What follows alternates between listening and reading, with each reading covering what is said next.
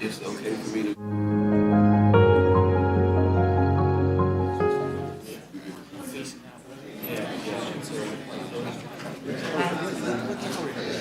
We're not, we're trying to get Rick to I know. Rick. Mr. Minor, this is Tiffany Martin, your appointee, so yeah, so. Nice to meet you. I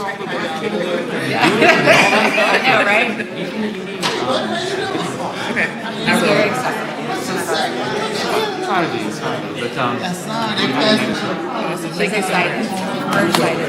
Fresh blood. thank you.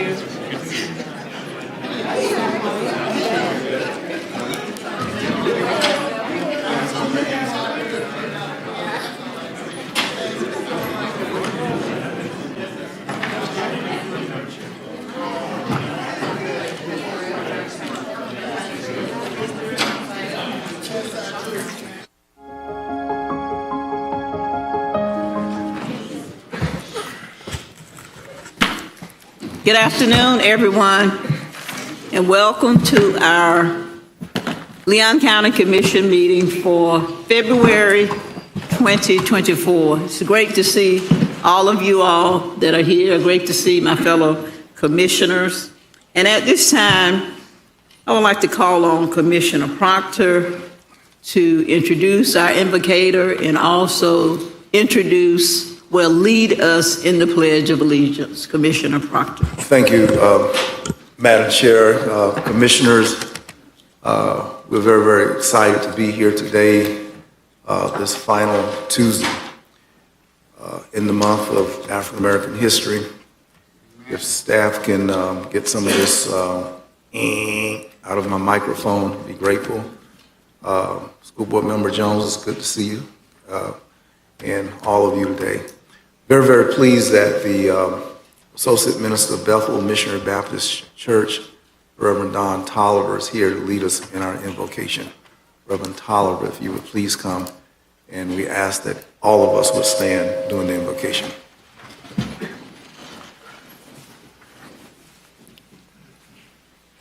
Let us pray. God of our weary years, God of our silent tears, Thou who hast been with us thus far along the way, Thou by Thy might hast led us into the light. Keep us forever in the path, we pray. Dear God, we thank you for this meeting today. We thank you for this opportunity to be here. We thank you for the business that will take place. Bless all minds, all hearts, and all souls today. God, we ask we keep everything deemed personally in your will. Most of all, God, we ask you to continue to be with us as we travel to and fro. God, today we ask you to continue to conduct business in a productive, decent, and order manner. Most of all, God, everything we do, keep it the citizens and the people of Leon County. Forever we pray. Amen. Please join me in reciting the Pledge of Allegiance. I pledge allegiance to the flag of the United States of America and to the republic for which it stands, one nation, under God, indivisible, with liberty and justice for all. Thank you, Madam Chair. Thank you, Commissioner Proctor, and we certainly want to thank Reverend Tolliver for that beautiful invitation. Trying to get Zoom working. Yeah. Is that something? Yes. Thank you. Mr. County Administrator, that brings us to our agenda. Do we have any speakers on consent and non-agenda? Oh, let's see. Okay, I'm sorry, I skipped ahead. Next, we will ask Commissioner Minor if he will come forth with a proclamation recognizing DJ Demp for his contributions to the community. Thank you, Madam Chair.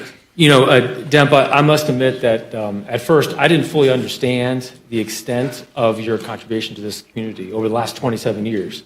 But last month I had the privilege of attending 3 or 4 of the events in Demp Week, and I took my daughters to the basketball game, and I saw firsthand the value that you provide to this community. And you are a Leon County treasurer. And it's an honor for me to read this proclamation on behalf of the Leon County Board of County Commissioners. Whereas it is with great pleasure and gratitude that we come together to recognize and celebrate the exceptional contributions of DJ Demp to the community of Leon County, Florida. And whereas DJ Demp has consistently demonstrated an unwavering commitment to community engagement, youth development, philanthropy, and cultural enrichment, making a lasting and positive impact on the lives of residents. Whereas through partnership through Anchor Recovery Foundation to open Demp House, DJ Demp has played a vital role in fostering sober living environments that provide traditional housing to support individuals struggling with substance abuse and addiction. And whereas his dedication to the empowerment of at-risk youth through education, advocacy, and mentorship has been evident in the development of the DJ Demp Foundation and its mission to give children a safe space to grow and learn. And whereas DJ Demp's bullying prevention program uses music to address social issues and combats the negative impact of bullying through self-esteem building and positive problem solving, and whereas DJ Demp's philanthropic endeavors have significantly contributed to the betterment of our community, providing support to those in need and exemplifying the true spirit of generosity, and whereas as a prominent figure in the local cultural scene, national scene, DJ Demp has been instrumental in promoting and preserving the diverse cultural heritage that enriches the fabric of our community. Now, therefore, be it resolved that the Board of County Commissioners of Leon County, Florida, hereby proclaims February 20th, 2024 as DJ Demp Day in honor of his outstanding contributions and dedication to the betterment of our community. Signed on behalf of the County Commissioners. Demp, it's a pleasure.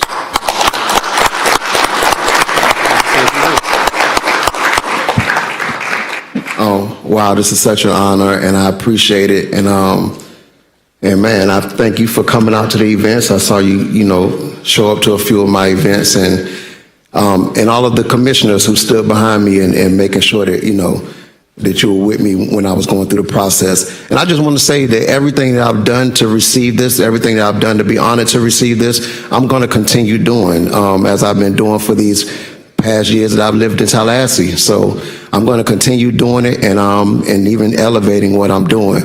And if anything y'all need me to do to help you all out and reach in the community, just reach out and I got you. Thank you. I appreciate y'all so much.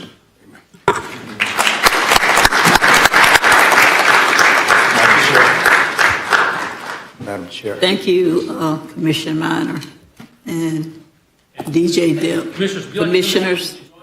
Yeah, I do. I want to step down there and join, but I want to ask citizen and baby rattler Stanley Sims if DJ Demp is his cousin, and he didn't say nothing. He usually let us know who his cousins is. But I want to say to DJ Demp that word on the street is that, Mr. Demp, we want you to head up a Super Bowl party next year, and the DJ Demp Super Bowl party.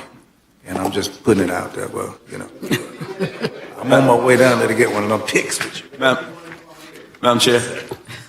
Thank you, Commissioner Proctor. Commissioner Maddox. Thank you. I actually wanted to take the opportunity to thank Demp for what he does for our community. It's much bigger than just Demp Week. He does so much more. Demp House and everything else, man, it's absolutely extraordinary, the things that you do and the people that you help.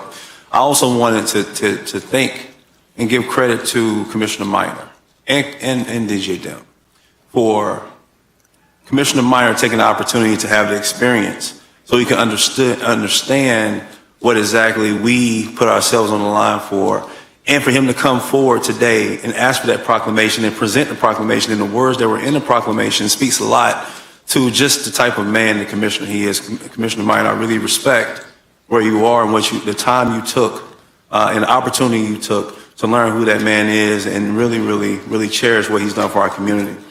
Demp, on your side of it, you had an opportunity to give Commissioner Minor that experience, and not to take necessarily personally what he had to say in the moment, but to give him that experience so he can know exactly who you are. And you did that with open arms, and you rolled out the red carpet so he can understand just how big of an impact and effect you have on our community.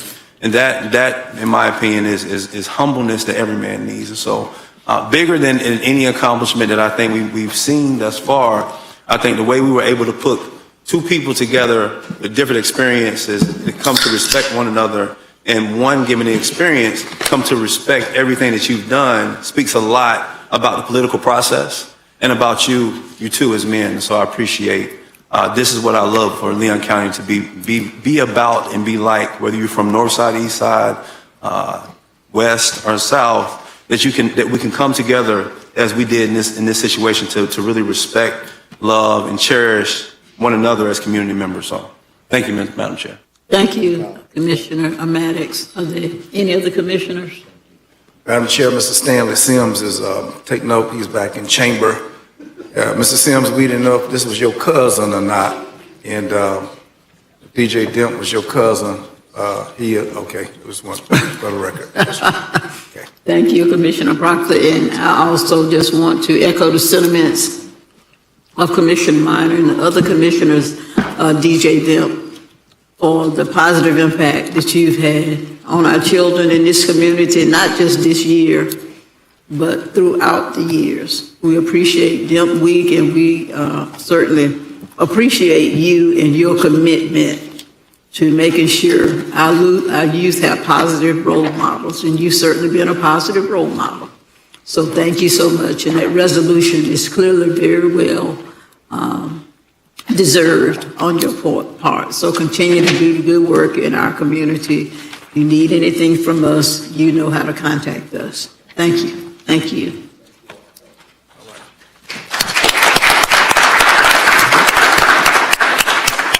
Madam Chair, I wanted to also say that's DJ Demp's mother, to his immediate left and whatnot. Your mother is here? Is your mother's here? Oh, okay, mother. Let's give her a round of applause. Thank you.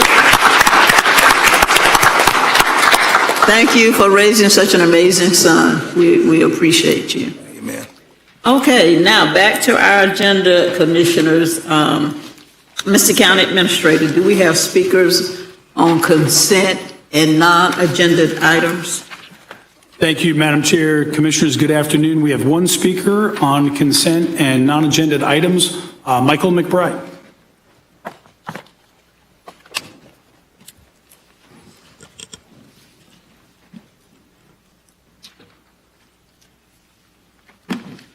My name is Michael McBride. I live at 124 Mill Branch Road.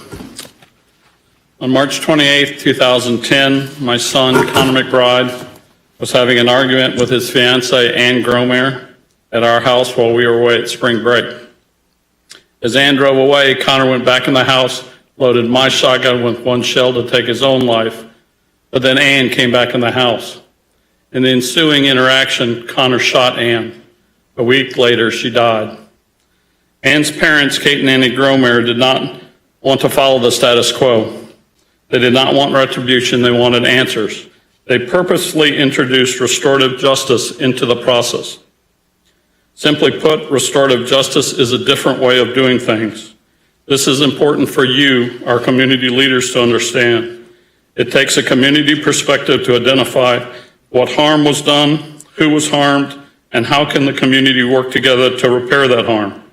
The existing legal system does not automatically consider such community-centric perspectives.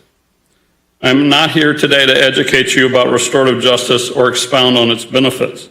I'm here to identify that we are at a crossroads for you to make a difference. A contract has recently been set between the City of Tallahassee and Connection First, or CFI, for a program that leverages a memorandum of understanding between our state attorney, Jack Campbell, our public defender, Jessica Yeary, our sheriff, Walt McNeil, and our chief of police, Lawrence Revel. But now comes the hard part, the doing. With Sheriff McNeil involved, there's a great confidence of the benefits of this program to Leon County. But there would certainly be more benefit if you, the commissioners, could step up and advocate for the program. Learn how it works, learn who is involved, learn how it can help the community. The program works by providing alternate opportunities. Local resources are required to increase connections and overcome barriers to support such opportunities. A commitment from you to help educate and bring on board those resources from across the county would be invaluable. When leaders show knowledge of and support for a program, their community is much more likely to buy into it. With such informed support from the top, a difference can be made. While many would scoff and call this a soft intervention program, my son, who is serving time now, would call it an accountability program. Establishing a norm for accountability is a community-changing thought. Please lead in the support of that thought. We can be the catalyst for change by promoting efforts to teach people that do harm rather than isolating them, holding people accountable rather than blaming them, changing people rather than incarcerating them. With this Commission's active support of programs such as this restorative justice program with CFI, that catalyst can be amazing. Thank you for listening. Thank you, Mr. McBride. This County Administrator. Oh, I'm sorry, Commissioner Welch. Thank you, Madam Chair. I just wanted to thank Michael for coming and testifying to the value of restorative justice. Michael is my leadership Tallahassee classmate, and him and his wife Julie are incredible advocates for this program, obviously having lived it and experienced it. So, Michael, if you have any information, I would encourage you to send it to us via email. Thank you for showing up tonight.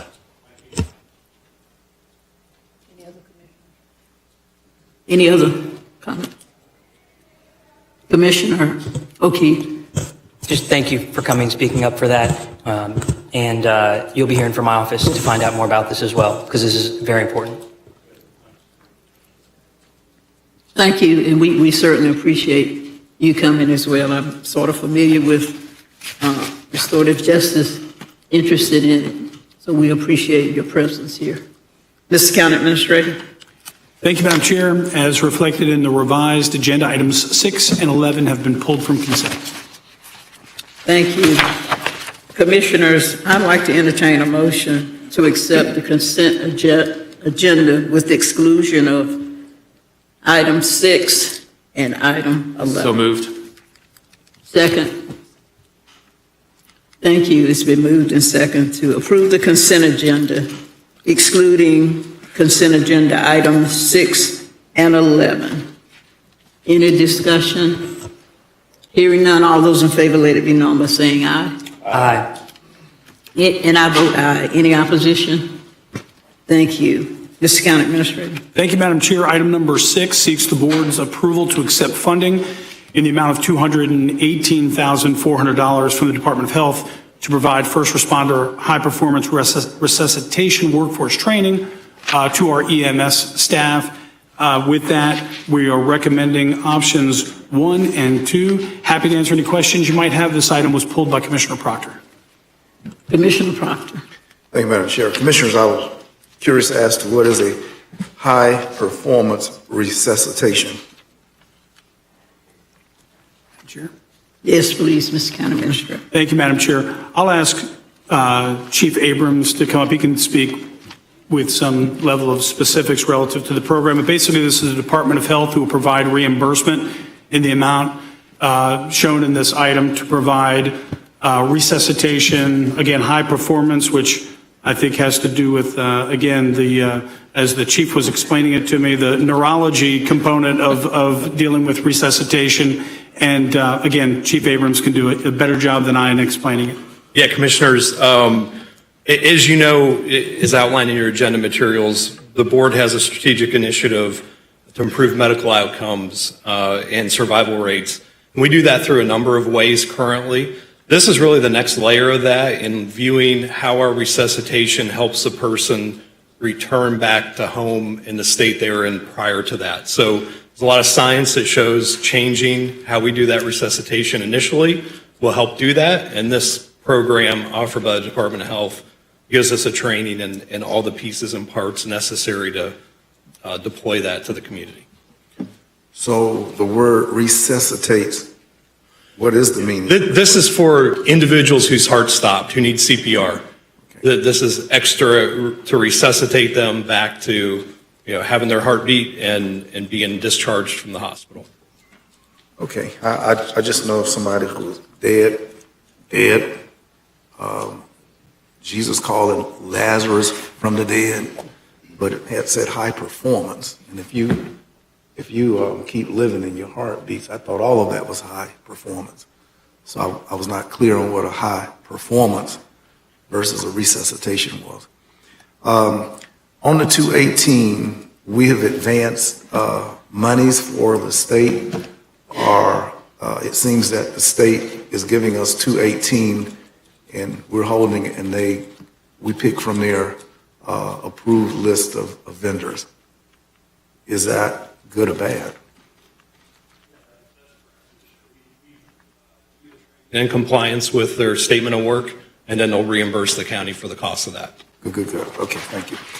Commissioners, I also want to bring up, Madam Chair, that since I saw the Department of Health here, we have another issue, and I wanted to ask our county's administrator, is there any update with respect to the eviction that has been received from Neighborhood Health to leave the building on Orange Avenue?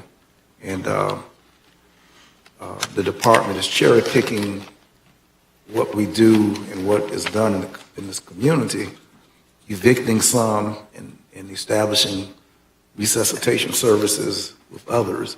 What's going on with them in Neighborhood? Mr. County. Thank you, Madam Chair. And again, Shinkton's on standby if we need to go deeper, but in essence, what Commissioner Proctor is referring to is our longstanding agreement with the Department of Health to provide primary care at the Orange Avenue Health Department through the agreement with Neighborhood Health Services. As you may know, about a mile down the road, Neighborhood Health has renovated a new building and is preparing to move into the new building and provide the full complement of their services there. Commissioner Proctor, I know he won't mind if I reveal that he had some concerns about this and asked that we do whatever we can to ensure the continuation of primary health care services in that area. Mr. Lammy's been doing a lot of work between the health department and Neighborhood Health to ensure a smooth transition and a community education of where those services will be provided. And in the process, Mr. Lammy and Health Department and Neighborhood Health have extended what was previously the date to discontinue those services at the Orange Avenue location, which was June 31st. It'll now be December after they've all agreed to, again, to ensure kind of a smooth transition for those services. And again, happy to answer any other questions you might have. Thank you, Mr. County Administrator. Any follow-up, Commissioner Proctor? Thank you, Madam Chair. Commissioners, we're charged as a government to provide for the health, safety, and welfare of Leon County citizens. And the state of Florida evicting Neighborhood Health from Orange Avenue, a site where for maybe 20 years it's been a medical home for so many people in that quadrant of the community. And this creates a medical service desert in that area. And Commissioner Caban has often spoke to the absence of medical facilities over on Highway 20 area. We close this area on Orange Avenue and Lake Bradford, essentially, or there on Holton Street and Orange Avenue. We're turning the lights out on healthcare in that area. And this is a grave concern.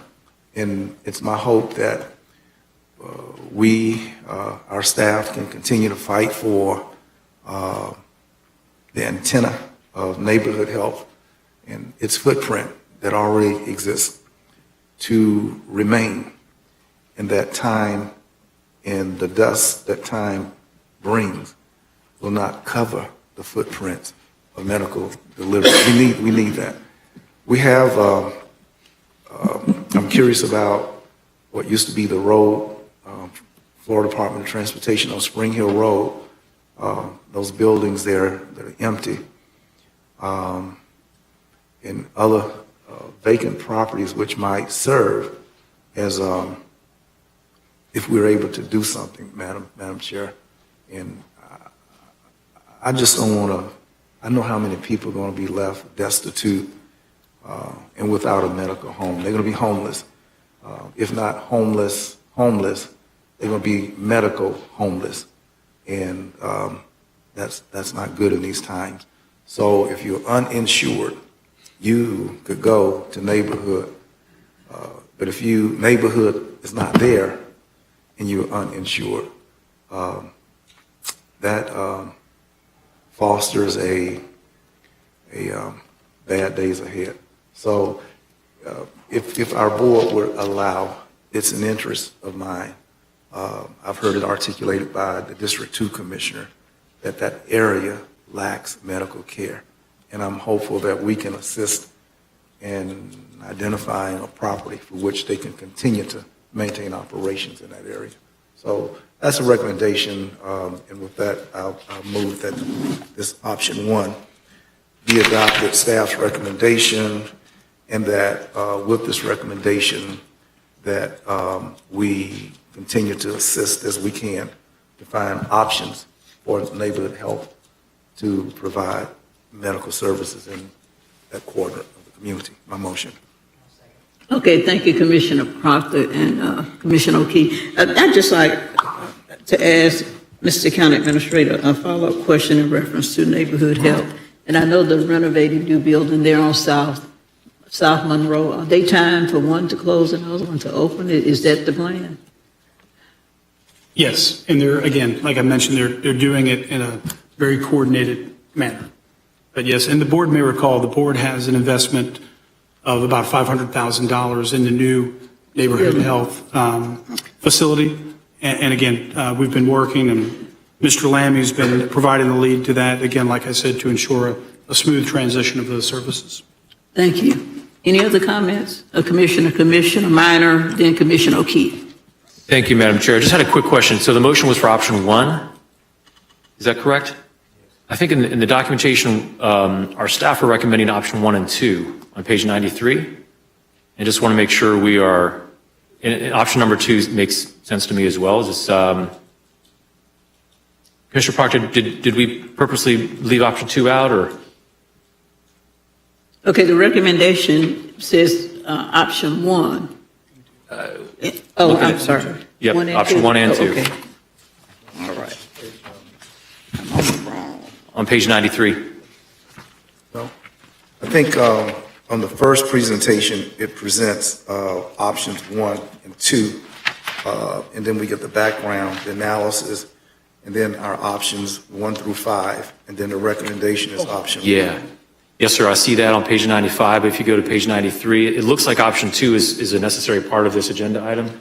Yes, I could provide a clarification. That's simply a mistake. Okay. Yeah, and it should be options 1 and 2. Number 2 just facilitates the accounting of option With the 1. resolution? Yes. Okay, yeah. It says 1, but if you can amend your motion. Sure. Thank you. Commissioner Proctor for 1 and 2. 1 and 2, my motion. Thank you. Thank you.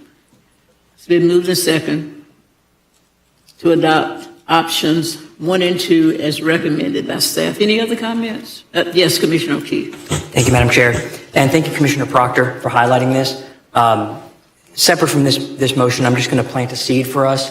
At the next time we update our economic vitality strategic goals and things like that, this is another example of something I'd like to keep us in mind is we have a desperate need for medical providers of people who don't have medical care, and indigent people who can't afford it, to people who have insurance and can't find enough medical providers. And so I'm planting a seed that when we talk about strategic economic development, I don't see any reason we can't especially focus on recruiting and expanding businesses that provide medical care, that give us the jobs and economic activity we look for, and give a double whammy of filling community needs. I'm just planting that seed for us for the future. Thank you for those comments. Commissioner O'Keefe. Any other commissioners? All those in favor of the motion on the floor to accept options 1 and 2, let it be known by saying aye. Aye. Any opposition? Thank you, and I vote aye. Thank you very much. Mr. County Administrator. Thank you, Madam Chair. Item number 11, Commissioners, seeks the board's adoption of a resolution in support of the design, construction, and maintenance of the replacement of 11 Welcome to Leon County sign installations on roads maintained by FDOT, and authorization for the respective agreements to be executed. Again, you have the analysis before you. We're recommending options 1 and 2. Happy to answer any questions you might have. And this was pulled by Commissioner O'Keefe. Thank you. Commissioner O'Keefe.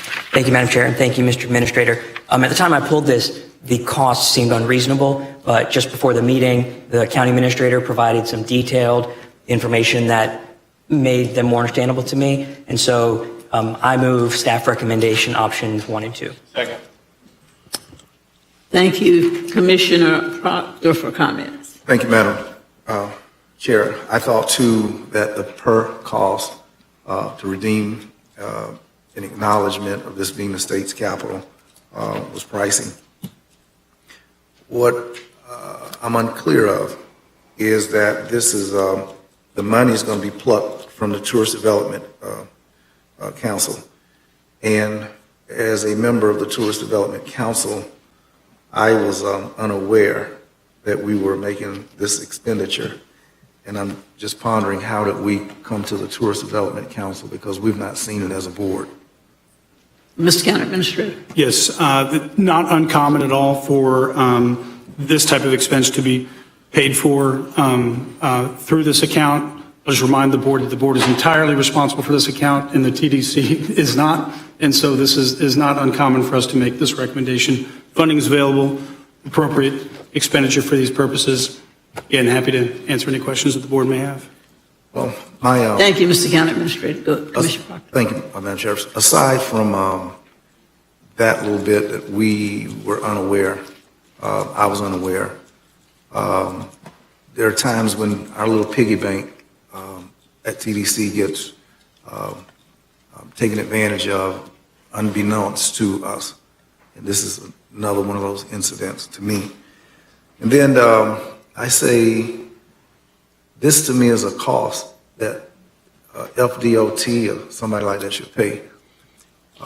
The state of Florida should pay for these signs because we are the state of Florida's state capital, and we are paying for an announcement that this is the state's capital when the state ought to be paying for their own announcement that this is the state capital.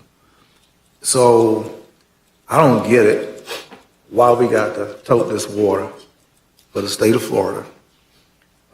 We've been the state capital since, I think, 1845 or something, and we can't even get them to pay for signs. So when we talk about payment in lieu of, or what benefits, what partnership, what collaboration, what does the state do to own us? And here we are, shining a light for the state of Florida on who we are, when the state of Florida should gladly put these signs out and really crow about an outstanding community we are. We're not second fiddle to nobody's county in the state of Florida. And I don't have to go through the list of what kind of great institutions of higher learning we have, our medical school, our pharmacy school, our bands, our football. You mean call the roll. Why don't the state do something? And I think that this right here should have been the burden and the task and the ownership, the announcement, the lifting up, and the putting the shine on the line as to who we are. This should be a state cost and not Leon County. But I'm going to support it because that's what we do. We carry their water all the time. Thank you, Madam Chair. Thank you, Commissioner Proctor. Any other commissioners? Okay, hearing none. All those no, I'm sorry, Commissioner Proctor, did you do a motion to accept the recommendation? I know you said you would support it. Is there a second? Okay, thank you. Any other comments? All those in favor, let it be known by saying aye.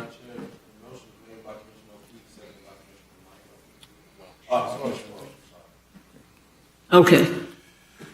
Commissioner O'Keefe, second by Commissioner Welch, but is to accept options 1 and 2 as proposed by staff. Any other questions, comments? If not, all those in favor, let it be known by saying aye. Aye. And I vote aye. Any opposition? Hearing none, that item 11 is adopted. Mr. County Administrator. Thank you, Madam Chair. Commissioners, item number 17, as requested by the board, is a status report that presents an update on our ongoing efforts to expand broadband technology to unserved areas in rural Leon County.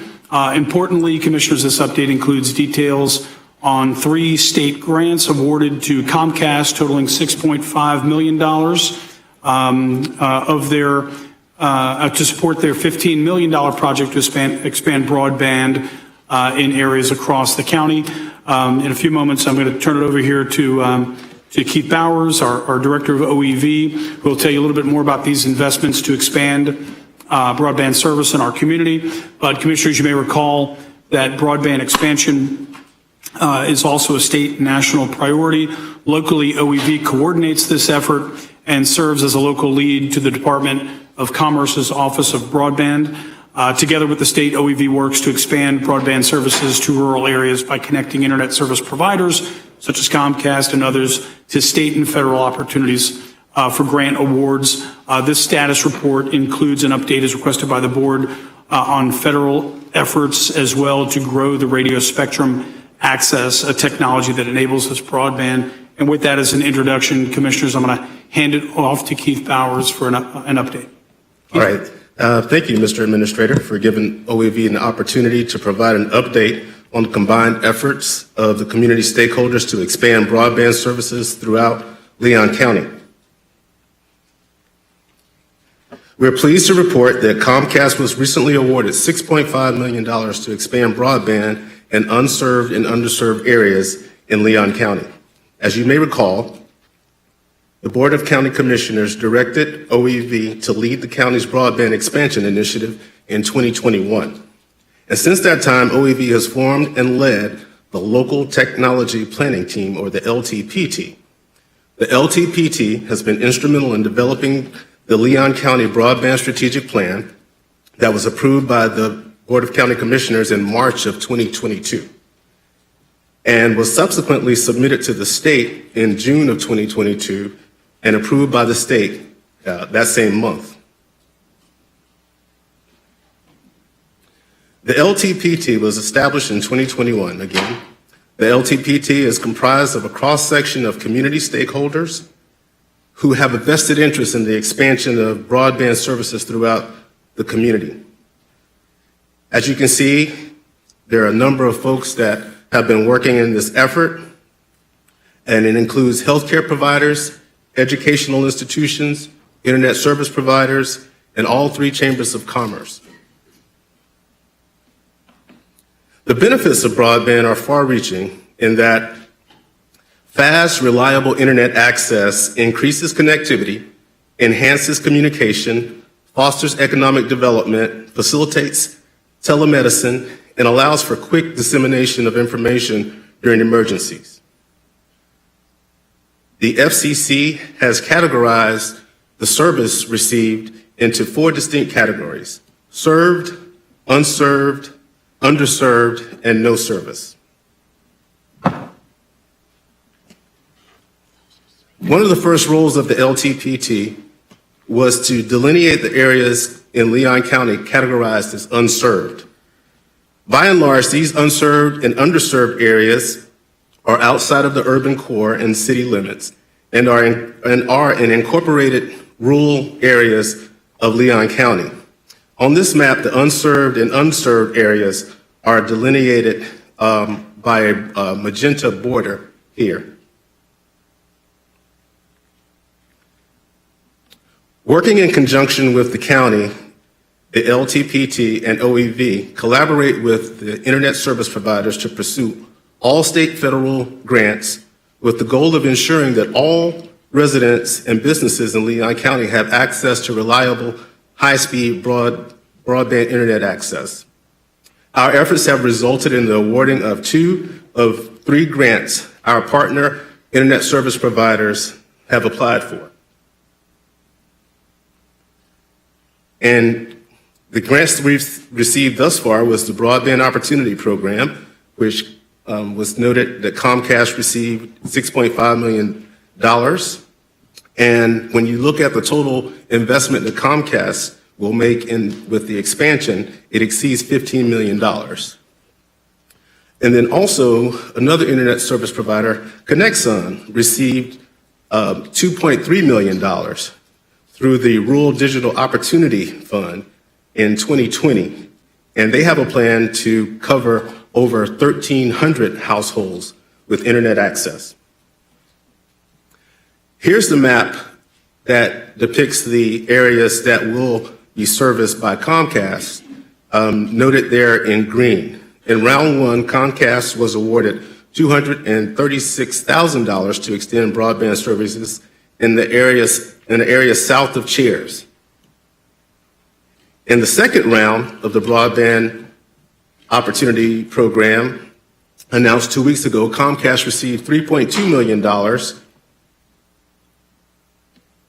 to extend services, internet services, to approximately 1,400 residents and businesses. The second area that they plan to service, they were awarded $3 million to extend internet services to service approximately 1,700 residences and businesses in multiple areas throughout Leon County.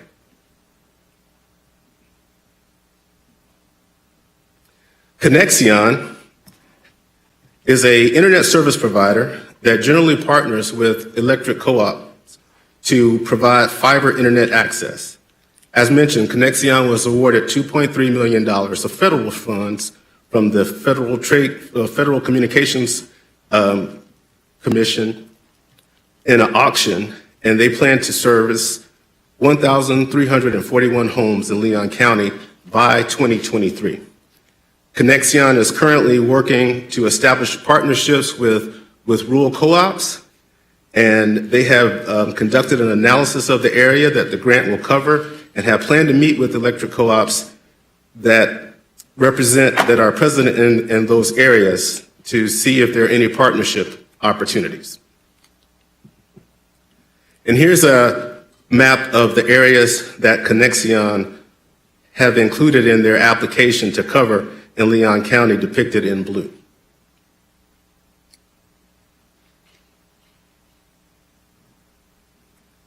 So, in summation, the state has awarded Comcast $6.5 million to support broadband expansion projects in Leon County. And again, the total investment by Comcast exceeds $15 million over the next 2 years.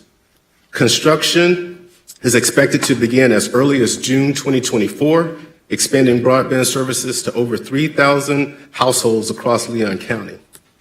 Conexon was awarded $2.3 million in federal funds in an auction to serve 1,341 homes in Leon County by 2030.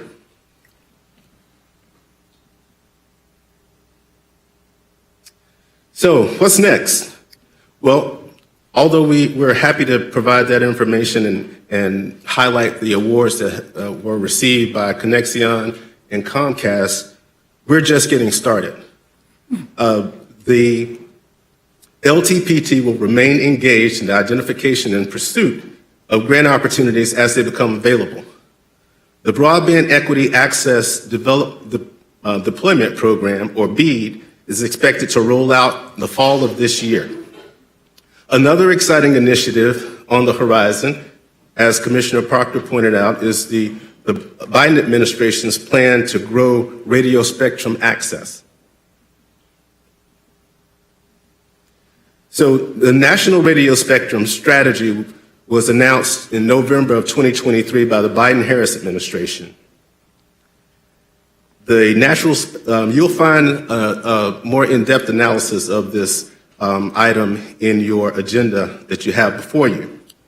But radio spectrum consists of electromagnetic frequencies that transmit data wirelessly.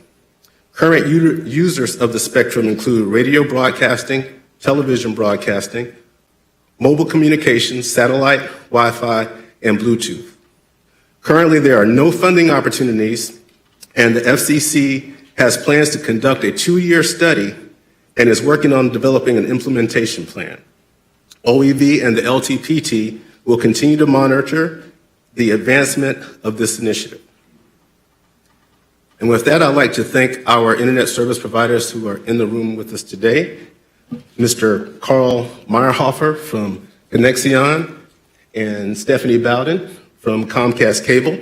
I'd also like to give a shout out to the members of the LTPT who are here today, and also our state partners, Florida Commerce. And with that, I'll be happy to answer any questions.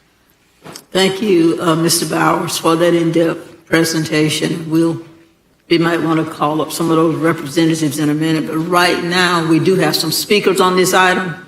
So if you will sit tight, we might call you back, but I'm going to turn it over to Mr. County Administrator. Thank you, Madam Chair.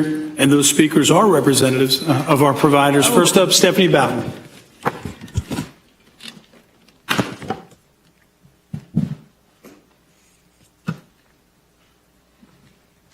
Good afternoon. Thank you, County Administrator Long, as well as Commission members. My name is Stephanie Bowden, and I am here on behalf of OEV just to give a brief update from the Comcast end. We're very excited about what's coming ahead for the county when it comes to broadband. As a company, we have significant experience in public and private partnerships, promoting broadband deployment projects, and we understand what is necessary to deploy broadband infrastructure in locations that have varied geography or dense populations. Some successful projects that we have completed over the past 2 years consist of expanding broadband in areas of Wakulla County, Clay County, as well as Monticello, Lake Butler, and Waldo. Our network is very reliable and scalable, well beyond foreseeable needs. It's also capable of multi-gigabit speeds. Here in Florida, we employ over 24,000 employees, and over the past 3 years, we have invested $3.8 billion into the state. We maintain a large engineered and technical employee base, as well as call center and support employees. We have resources to restore service quickly and very experienced in those, especially when it comes to natural disasters.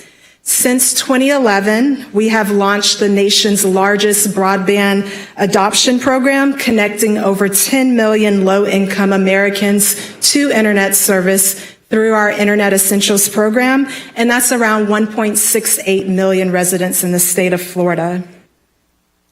Comcast has been a strong participant of OEV since the beginning for their local technology planning team, and during those meetings, we have heard when they stress the areas that are either unserved or underserved across the county. For example, Fort Braden area, Woodville, Miccosukee. The feedback helped assist us when we were applying for grants through the state. And as mentioned, unfortunately, 2 of the 5 grants that we applied for were not awarded to us. For the areas that were awarded, that is going to reach over 3,000 residents within our community. The applications that we submitted, we had to provide dates, and most of the dates that we provided were probably a 2-year span, starting from beginning of construction to when we finished construction and residents were starting to be installed. We continue to invest a lot of money in this initiative. Just based on research, we have seen that we are having to invest even more dollars than what we stated to the state because many of the areas are no longer capable of holding aerial lines, so we are now having to go underground for that. We also plan on doing a major investment with marketing, and we will have an app that's available for residents so that they can see when the services will be available in their markets once construction starts. Thank you very much. Thank you, Ms. Bowden. I was going to cut Stephanie off, but she said that it would just keep rolling anyway since we're on Comcast, so it probably wouldn't have made much sense for us to do that. Anyway, the next up, Carl Meyerhofer. Hello, Commissioners. Thank you very much for having me here today. My name is Carl Meyerhofer, and I'm representing Conexon. one of the other service providers that were talked about in the previous presentation. Main reason why I wanted to come here and speak to all of you is Connexon is not necessarily a household name, maybe like some of the other service providers. So I just wanted to make sure you can put a face to the name and recognize that we are a company that is centered around rural broadband deployment. Company's been around for about 10 years, but we have a little bit of a different approach on how we build broadband. Our business model typically revolves around a partnership with a local entity, which is the electric cooperative. And while traditional service providers will build in areas that are economically beneficial for them, and then typically stop when the density of an area gets too low. Our approach is a little bit different. When we partner with a local electric cooperative, it's a no man left behind philosophy.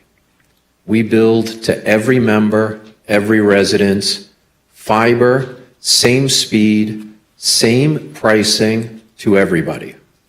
It's a very unique model, but a model that is really catching on across the country.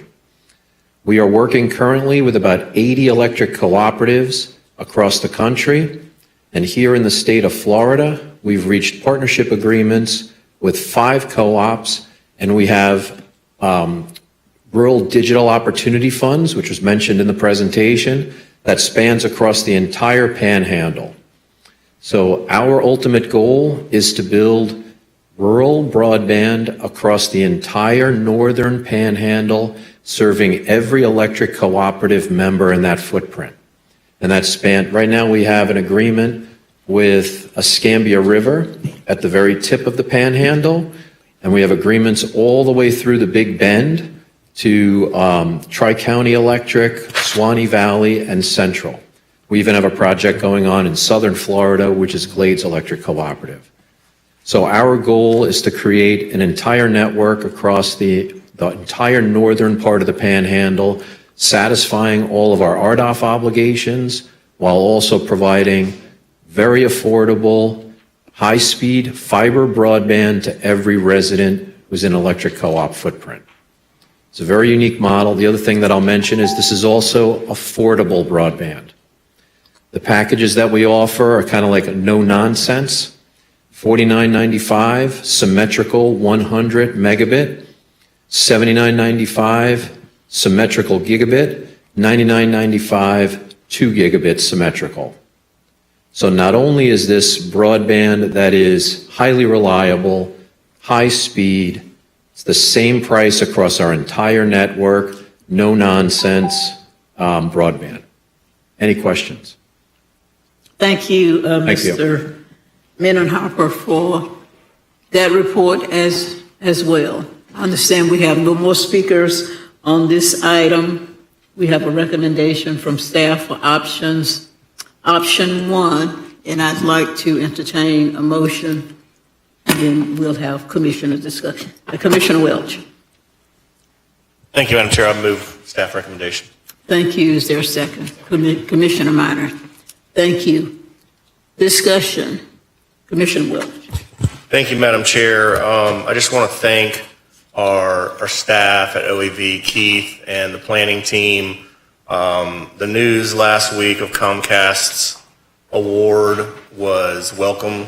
Certainly, 1,383 of those homes are in District 4, the vast majority being in the Miccosukee area. So, Kyle and I, my aide Kyle and I, had an open house out in Miccosukee a couple months ago. We had some OEV staff there. We had a huge crowd at the community center. A lot of folks out there very hungry for some reliable and good internet access. This is a big area of need. So just wanted to thank our staff. Also thank the folks at Comcast for recognizing that need, and the same with the folks at Connexon. Obviously, I have a lot of folks on Top Electric, so the rural co-ops can benefit from some of that pretty soon, hopefully as well. But certainly looking forward to construction beginning on the most recent grant award this summer, potentially. So that is great news for the folks in Miccosukee, great news for the folks up the rural areas of Centerville Road, and just wanted to say thank you to everybody for the role you played in getting that done. Thank you. Thank you, Commissioner Welch. Commissioner Minor. Thank you, Madam Chair. As Commissioner Welch had mentioned, I have constituents in District 3 that also are very anxious for broadband service. And over the last couple of years, Ms. Bowden and I have talked about providing service to folks living around Lake Jackson specifically. So I know Comcast is working hard on that, and I haven't had the chance to speak with Mr. Meyerhofer, but this is very encouraging news. And so I want to congratulate everyone on our staff as well as the local tech planning team for their work on this, and very much looking forward to seeing the results. Thanks, everybody. Thank you, Commissioner Minor. Any other commissioners? Commissioner Maddox. Commissioner Maddox. Thank you, Madam Chair. Just wanted to give a shout out to those residents out in Miccosukee area, Commissioner Welch. Long time coming, those folks out there have been rabid about getting some reliable internet and some broadband out there. And so proud that Comcast and partners were able to get that done. And I know the folks in Miccosukee are really excited about it. So I want to give you a pound of back, and Commissioner Welch for making it happen for your folks in your district. Look forward to Mr. Administrator to more of these types of things happen. My priority has always been not just Miccosukee, but also Fort Brayton, District 2, and Commissioner Caban's district, making sure they get that same advantage. I think those communities, along with chairs, those big communities out there, we need to really focus on making sure they have good, reliable internet. We got one taken care of, maybe two. I would love to see us move the ball forward for Fort Brayton and Commissioner Caban as well. Thank you. Thank you, Commissioner Maddox. Any other commissioners? Oh, Commissioner Caban. Thank you, Madam Chair. First off, I just want to give a big shout out to OEV, Keith Bowers, and the entire staff. I know that they put a tremendous amount of work into this. They're managing through state departments, and then this does not happen without that work in OEV. So thank you, Keith, and thank you to your whole department. I want to kind of put this on the record. I think this is phenomenal. I think that this is great. I know that in my district, this is a huge need, especially by my constituents. But I also have some concerns, and I want to put them out there so we all know kind of what we're dealing with a little bit. Over the last week, I've educated myself on this entire process. So the way it works when we get when the providers get money from the state via a grant, it blocks a territory from another provider getting a grant for that same territory. So in a way, they're kind of blocking money coming into our districts and into our county because there's already a grant pending with that. Recently, and let me disclose, I don't have a dog in this fight. My goal is to get broadband to my constituents. I don't care if it's Metronet, I don't care if it's Comcast, I don't care if it's Connexon. I want the route that's going to provide service to my constituents the fastest and make it the most reliable. So what's happened is Comcast applied for a grant recently in my district that was denied. That's what we all saw in the news a week ago. Now, the reason they were denied is because a few years back, Connexon was awarded a federal grant, RDOF, which Keith talked about earlier. So that effectively had blocked Comcast from getting a grant in my district, and also in some of our districts as well. When you look at the map, Connexon has some contracts here. My concern is this is a fairly new company. They're not currently servicing anywhere in Leon County. And I have concern that time is going to go by, and they have to partner with a co-op, with Talcon Electric. I spoke to Talcon Electric. I've had permission from the general manager to disclose that there's currently no deal on the table. I know that they're actively working with each other, but my concern is that time goes by. We have a BEAD program coming up that other providers could apply for, and that we're not going to get service from my district. We're not going to get service for parts of Leon County. And so my fear, I think, is a legitimate fear that if they don't execute on these grants, not only will time go by for our constituents in my district and other districts to not have service, but also that we're missing out on millions and millions of dollars that's about to come through the state this year. Once again, I don't have a dog in this fight. I want folks in my district to be able to have basic necessities that folks in town have, and that's broadband. So I'm gonna support the motion, but I also feel, that I should address my concern with this board. I'm open to some feedback and concern because the map I have, there are grants in all districts that Connexon has, and I want to make sure that we're giving our constituents a fair fight and a fair opportunity to have broadband. So, thank you, Madam Chair. Thank you, Commissioner Caban. Commissioner Proctor. Thank you, Madam Chair. What is the current life expectancy of broadband before the next great thing comes along in the Wi-Fi family? Is your mic on? Stephanie, can you hear me? What is a life expectation of broadband, and what's the next technology that's waiting in the batter's cage? Ms. Bowden, can you come back to the podium? Thank you. I'm going to preface this with I am a government affairs, not technical team. But I mean, with Comcast, we have a team that is working 24/7 to be prepared for that next thing. If it's 10G or whatever comes after that. I mean, is broadband going away? I don't foresee it going away right now, but we're always one step ahead of the curve just to ensure that those that we serve have the best and most reliable service that can take care of all of their needs. Okay, if broadband is going to be here for about the next 7 years before the new thing is waiting, I don't want to fight for something that's antiquated before we can install it. There's always something popping off new. I think that this is on the latter stages of going out of style before the next great thing comes along. But to Commissioner Caban's point, Connexon has preempted Comcast by virtue of them having a federal award, and they, in turn, are authorized to work with a co-op. Did he state that right?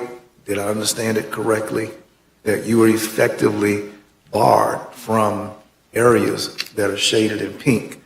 Is that accurate? That is an accurate statement, and that is based on any grant funding. They do not want ISPs to overlap an area that is already being covered.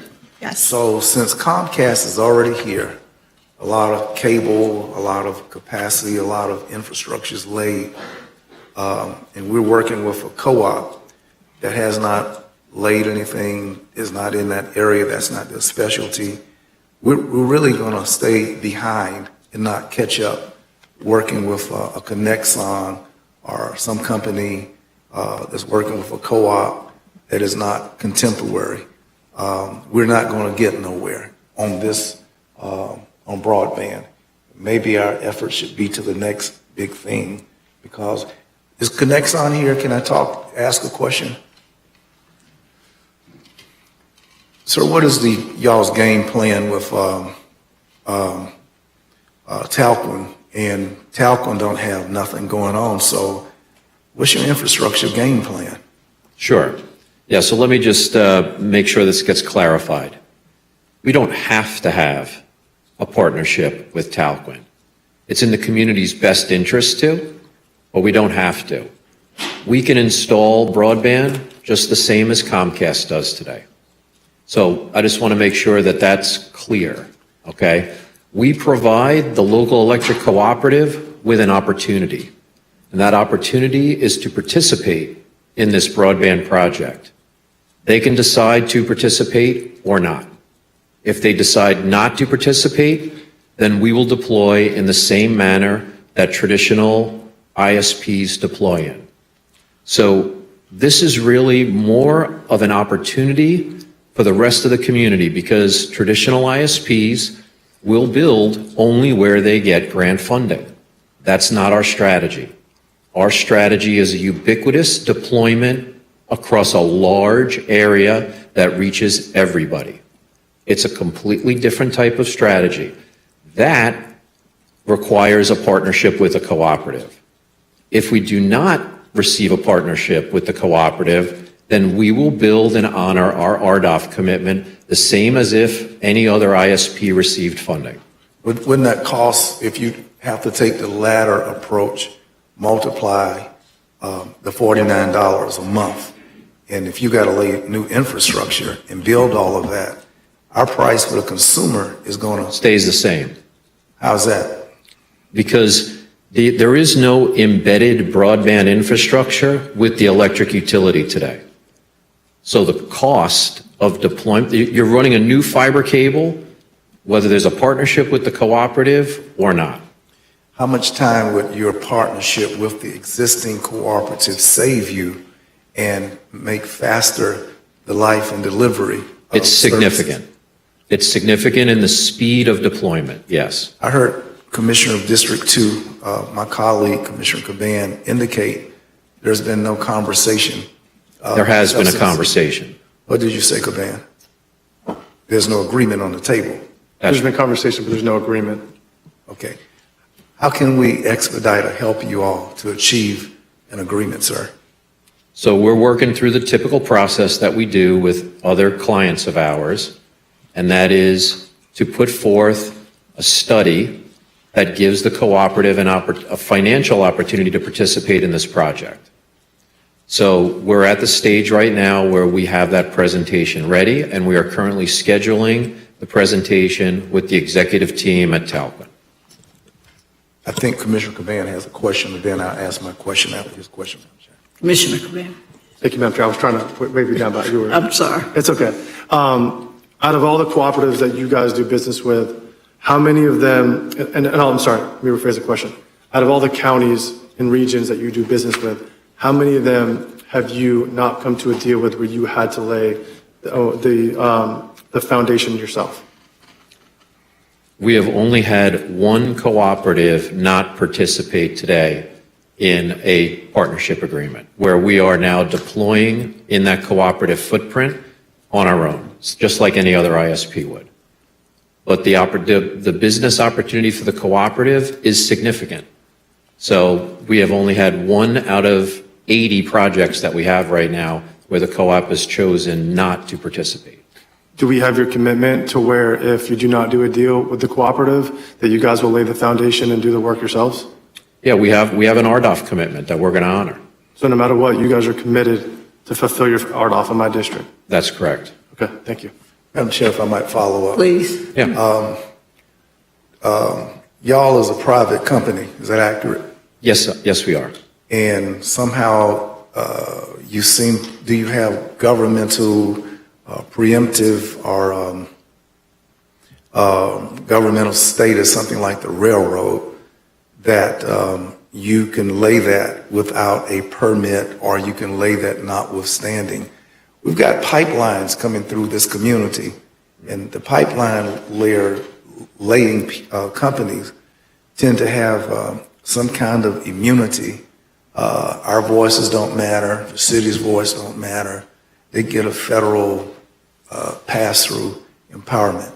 And I might be asking our general counsel's question, but without government status, yet obviously you're working with something that you can act as a public utility, is what I'm saying.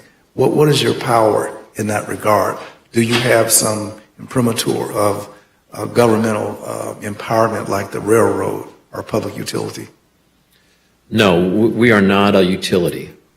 We're a broadband service provider, just the same as other ISPs are. So, we follow the same processes that everybody else would, where you go through the permitting process, you get a pole attachment agreement from the local utility. So there is no unique status that we have. Okay, very good. Thank you so much. Sure. Any other questions? I have, I'm not sure if this is directed to you, but looking at the paper, Economic Vitality, our office has shared with us. I'm looking at Round 2 Award Area 1, and is Keith still here?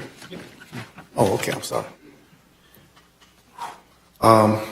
Keith, I wanted to ask, I'm looking at, I don't know which attachment because it's a hole punch right there where the attachment number was, but it's page 368 of 757. I didn't read all the way up to 757, but I found these maps, and some of these maps, picture worth 1,000 words. And what I see in these maps is that Commissioner Welch's district is on automatic pilot and has these big loop circles, and District 4 is disproportionately receiving attention. An application has been made in their interest and awards being granted. And I don't understand this disparity of the circles that your office has shared with us. And as I look at page 369 of 757, attachment. Page 369, Commissioner? Yes, ma'am. Attachment number 6. Attachment number 6. Okay. There in the north, I guess that's the northwest, there's a great big circle. And that great big circle is greater, it's concentrated.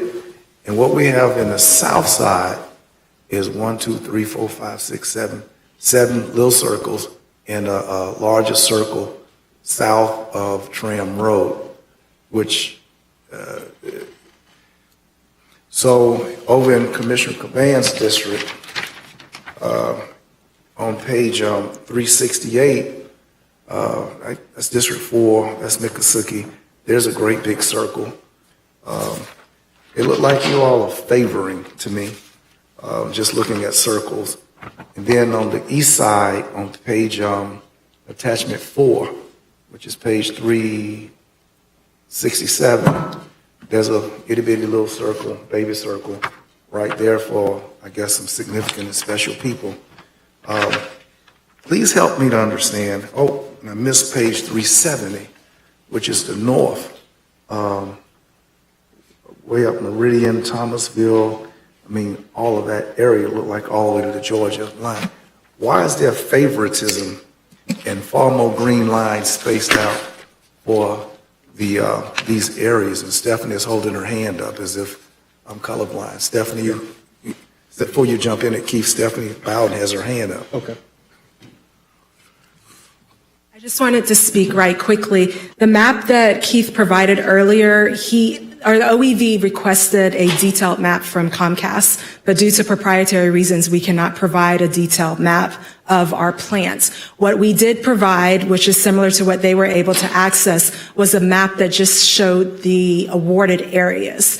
We are able to meet with LTPT individually or even members of the commission individually to show you where our service area is, and therefore you can see a significance as far as why some areas have big circles, some don't. That right there is reflecting the areas that were unserved or underserved, with the exception of District 2. At least from the Comcast end. So you may have mentioned like the south side. The south side is pretty much served by Comcast. There were areas over in the Woodville footprint that were not, but we were awarded those areas in the second grant that we applied for. Okay, District 2, the green lines on District 2 is over in the National Forest. That gray area, the National Forest. Like I said, the squirrels and whatnot live over there, but I don't know who's down there.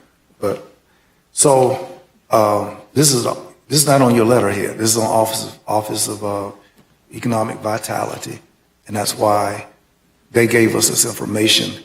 I don't have anything from Comcast. You don't have a commitment. Nothing reflected from Comcast. So with what we're being shown, we clearly can see a focus on Commissioner Welch's great district, and it's disparate, and I'm concerned. So help me to feel better. Stephanie is saying I need to schedule a private conversation to look at maps that are not of a proprietary interest of nature to be shown to all of us. But we want to see it, and we don't see parity. Commissioner Proctor, OEV does not make the decision as to the funding. That's made by Florida Commerce through an application process that the internet service providers apply for. They designate the areas that they intend to serve based on the areas that are unserved and underserved. OEV just facilitates that conversation, facilitates feedback from the community through the LTPT, engages with the internet service providers, and provide as much of assistance as we can. But those decisions are being made by the Department of Commerce. Even with the funding that is anticipated to roll out later this year, the BEAD program, that is going to be administered through Florida Commerce. And it comes from the feds and then goes to the states. And Florida Commerce has established an application process. And OEV has no engagement or involvement as to where these internet service providers decide to focus. Okay. Not to prolong, Madam Chair, but if I might ask the county administrator if he would please facilitate allowing me to accept the offer of invitation by Ms. Bowden that we can meet with her or we meet with them. And I'd like to meet with you as our county administrator with Ms. Bowden and Mr. Bauer. Thank you very much.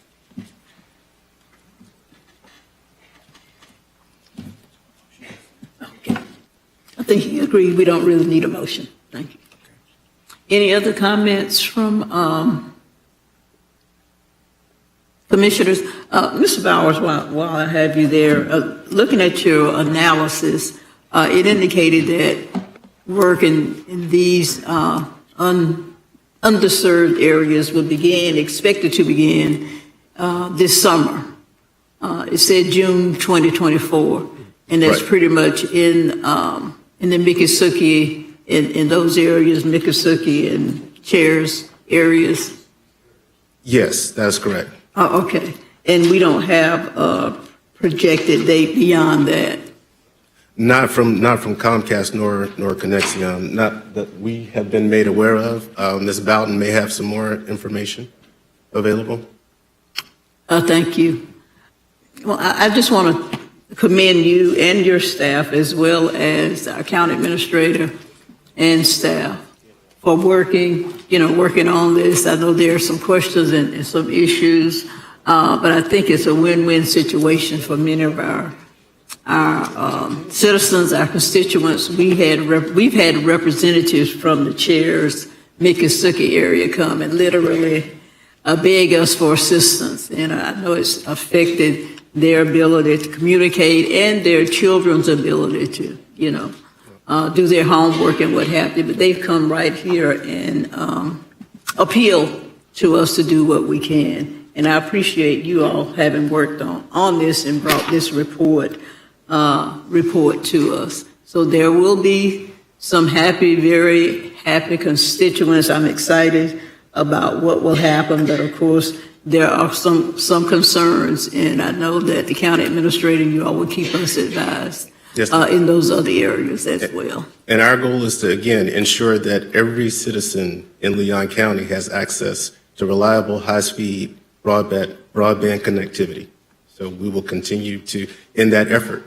Thank you. Thank you, Mr. Bowers. Commissioner. Madam Chair, just last comment. I think that our rural schools should be a priority. And I couldn't tell from the circle if Woodville Elementary School, Stephanie, if it steps and goes that far south, but that will be among my interests. And I think that in our community, I hope that all of this commission agrees that every one of our outlying schools, Fort Braden, and all of that, will be a priority for our school children. Thank you very much. Thank you. Thank you, Commissioner Proctor.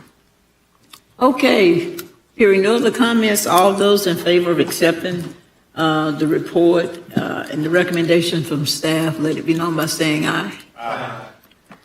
And I vote aye. Any opposition? Hearing none. Thank you all so much. Mr. County Administrator. Madam Chair, Commissioners, item number 18 was requested by the board on January 22nd at the board retreat. The item seeks the board adoption of a resolution to acknowledge and apologize for the history of slavery and racism in Leon County. With that, Madam Chair, before I hand it back off to you, we do have two speakers and one on Zoom that I'll go to first, or a virtual speaker rather, Priscilla Hawkins. Thank you, Mr. County Administrator. Ms. Hawkins, are you on the line? Can you hear me? Yes. Okay. I apologize for my voice. I'm not there today because I've had the virus that's been going around, so I cannot come and infect anybody. That's fine. We hear you real clear, and you have 3 minutes. Thank you. All right. Thanks so very much. First of all, Commissioner Proctor has not made his statement yet, but I want to thank him for even considering to take this opportunity to do that, and for his taking a look at what First Presbyterian Church in downtown Tallahassee has done, and our partnership with them, Black History Alliance, to help this effort go even farther than just First Presbyterian, just Tallahassee, but to go beyond just now, to go beyond Black History Month, to go beyond this city, this state, this time. What is coming is an acknowledgement and an apology for slavery, which we appreciate. But as I mentioned to Commissioner Proctor earlier when we spoke, this program that the church and Black History Alliance has is far more reaching than just an apology. It is an acknowledgement, an apology, to repent and also to repair. And so there are those 4 steps, and I am hoping that even though now it's just up for discussion, that part of what this commission will agree to do is to put together a task force that, with some dollars behind it, that will also study how to make all of these things a reality, not just the acknowledgement and the apology, but the repenting and the repair as well. Because slavery is not, it's not like you bump somebody as you're walking on the street. You know, you bump them and you say, I'm sorry. That's your acknowledgement, your apology. Yes, they've been jostled, but, you know, no harm done. It doesn't leave any lasting effects. Slavery does, and it has. And so they're far-reaching things. And so what we're advocating for, what we're pleading for, and what millions of Black people, Black Americans have been asking for decades, is something more just than an off-the-cuff apology. And I know that's what Commissioner Proctor has in mind. And I'm hopeful that the entire commission will take a look at some work that has been done in other places that we're working on. I'd like to invite each of you Thursday, February 29th at noon over to First Presbyterian Church for a free luncheon. We are having the Presbyterian USA's director for the Center of the Repair of Historic Harm as our speaker. And he will come in and tell you about the processes that First Presbyterian and the rest of the Presbyterian Association churches are going through, and exactly what we intend to implement here in Tallahassee and how we're moving forward with this. And so again, that is Thursday at noon, February 29th. The luncheon is free. We can accommodate up to 100 people. For the lunch, we can accommodate up to 450 people in the sanctuary where we will have the service. So I invite you all, please. And again, my final word is please take this farther than just an apology, an acknowledgement and an apology. Ms. Hawkins, thank you for your comments. We appreciate it. Thank Mr. you. County Administrator. Final speaker on this item, Stanley Sims. Mrs. Sims. I heard, Madam Chair, y'all was giving out apologies. So I dressed for the occasion. Point of clarification, Mr. County Commissioner Minor, you had on your presidential socks, so I thought I'd put on my democracy outfit. Apology. They say apology is a noun, a regretful acknowledgement of an offensive act or failure.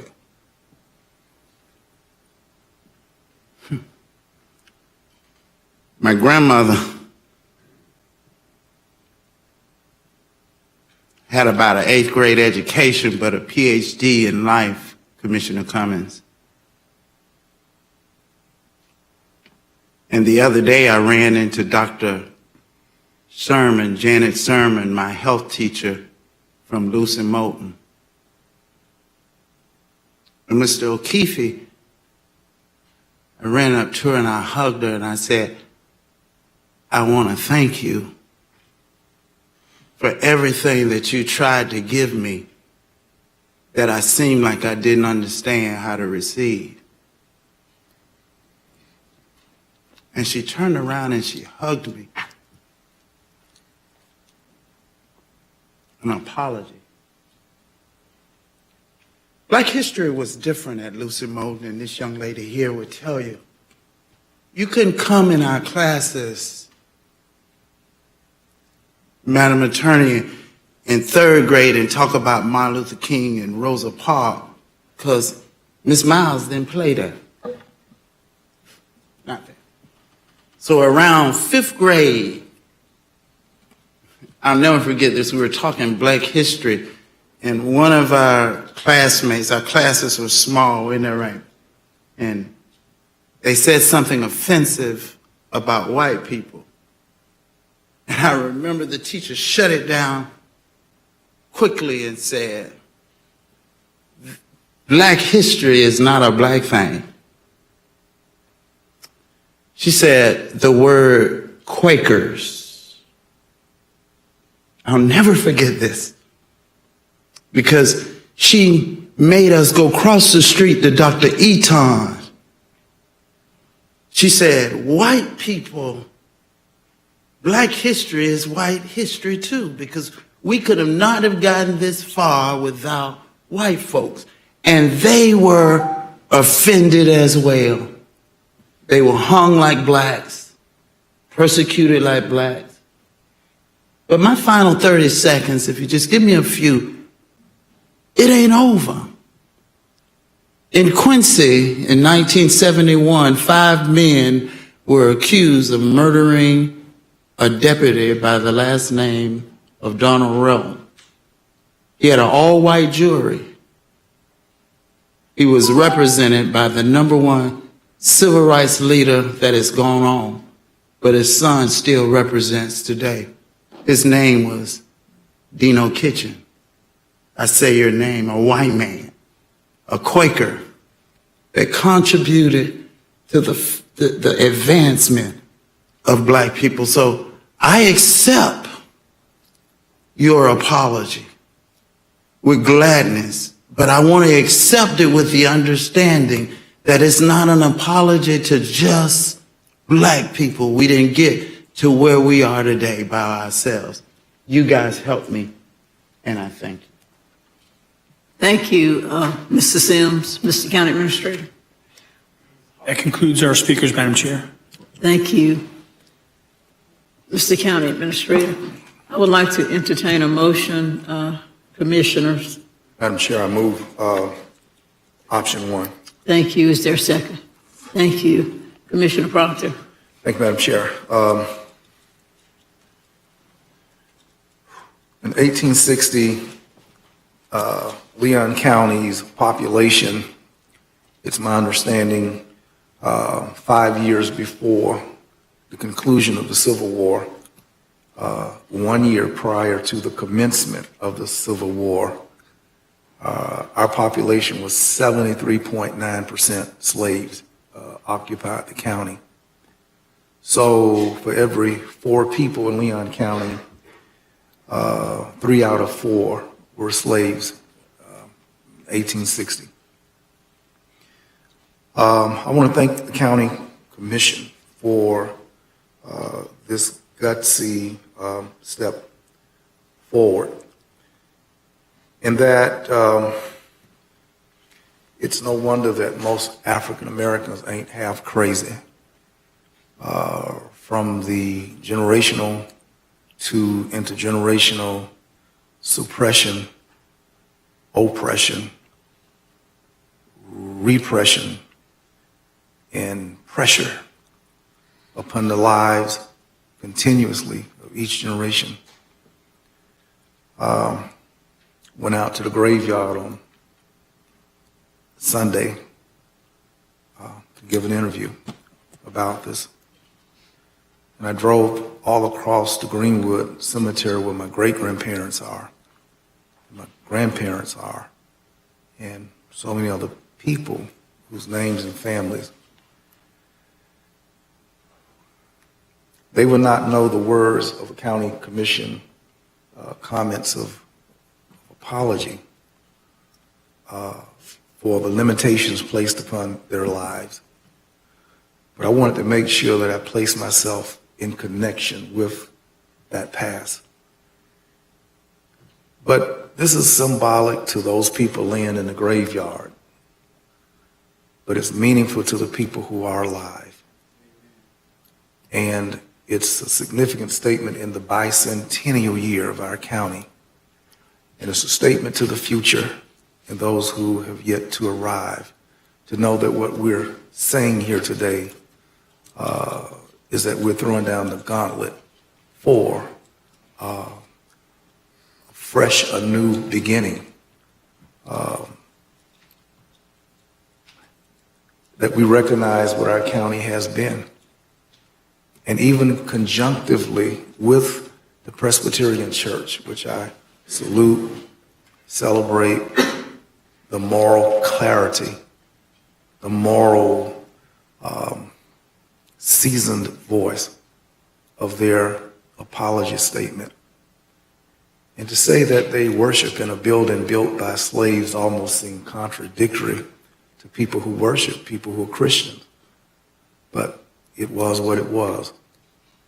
And I'm appreciative that you thought it not robbery, Commission, to place these significant words on a sheet of paper. I said to the county administrator that, I'd taken my old standby out to make sure. And I read that with my favorite, best reading friend. And you know me, I could tweak the Bible, the inerrant word of God. And I could have helped God say some things a little different. But I'm willing to let this go as printed without modification. And I'm desperately resisting further comment about the whereases. But to know that this is a gallant effort and the single most important resolution I've experienced sitting at the stairs. I'm not going to tell nobody, out loud, that I really did cry reading this. And that's kind of hard to do for me. But it really brought tears. And all of these slaves inside of me, whose DNA I have inherited. All of these slaves that run across my back and up and down my backbone. I don't know them, but it made me cry. And they felt the weight of these words.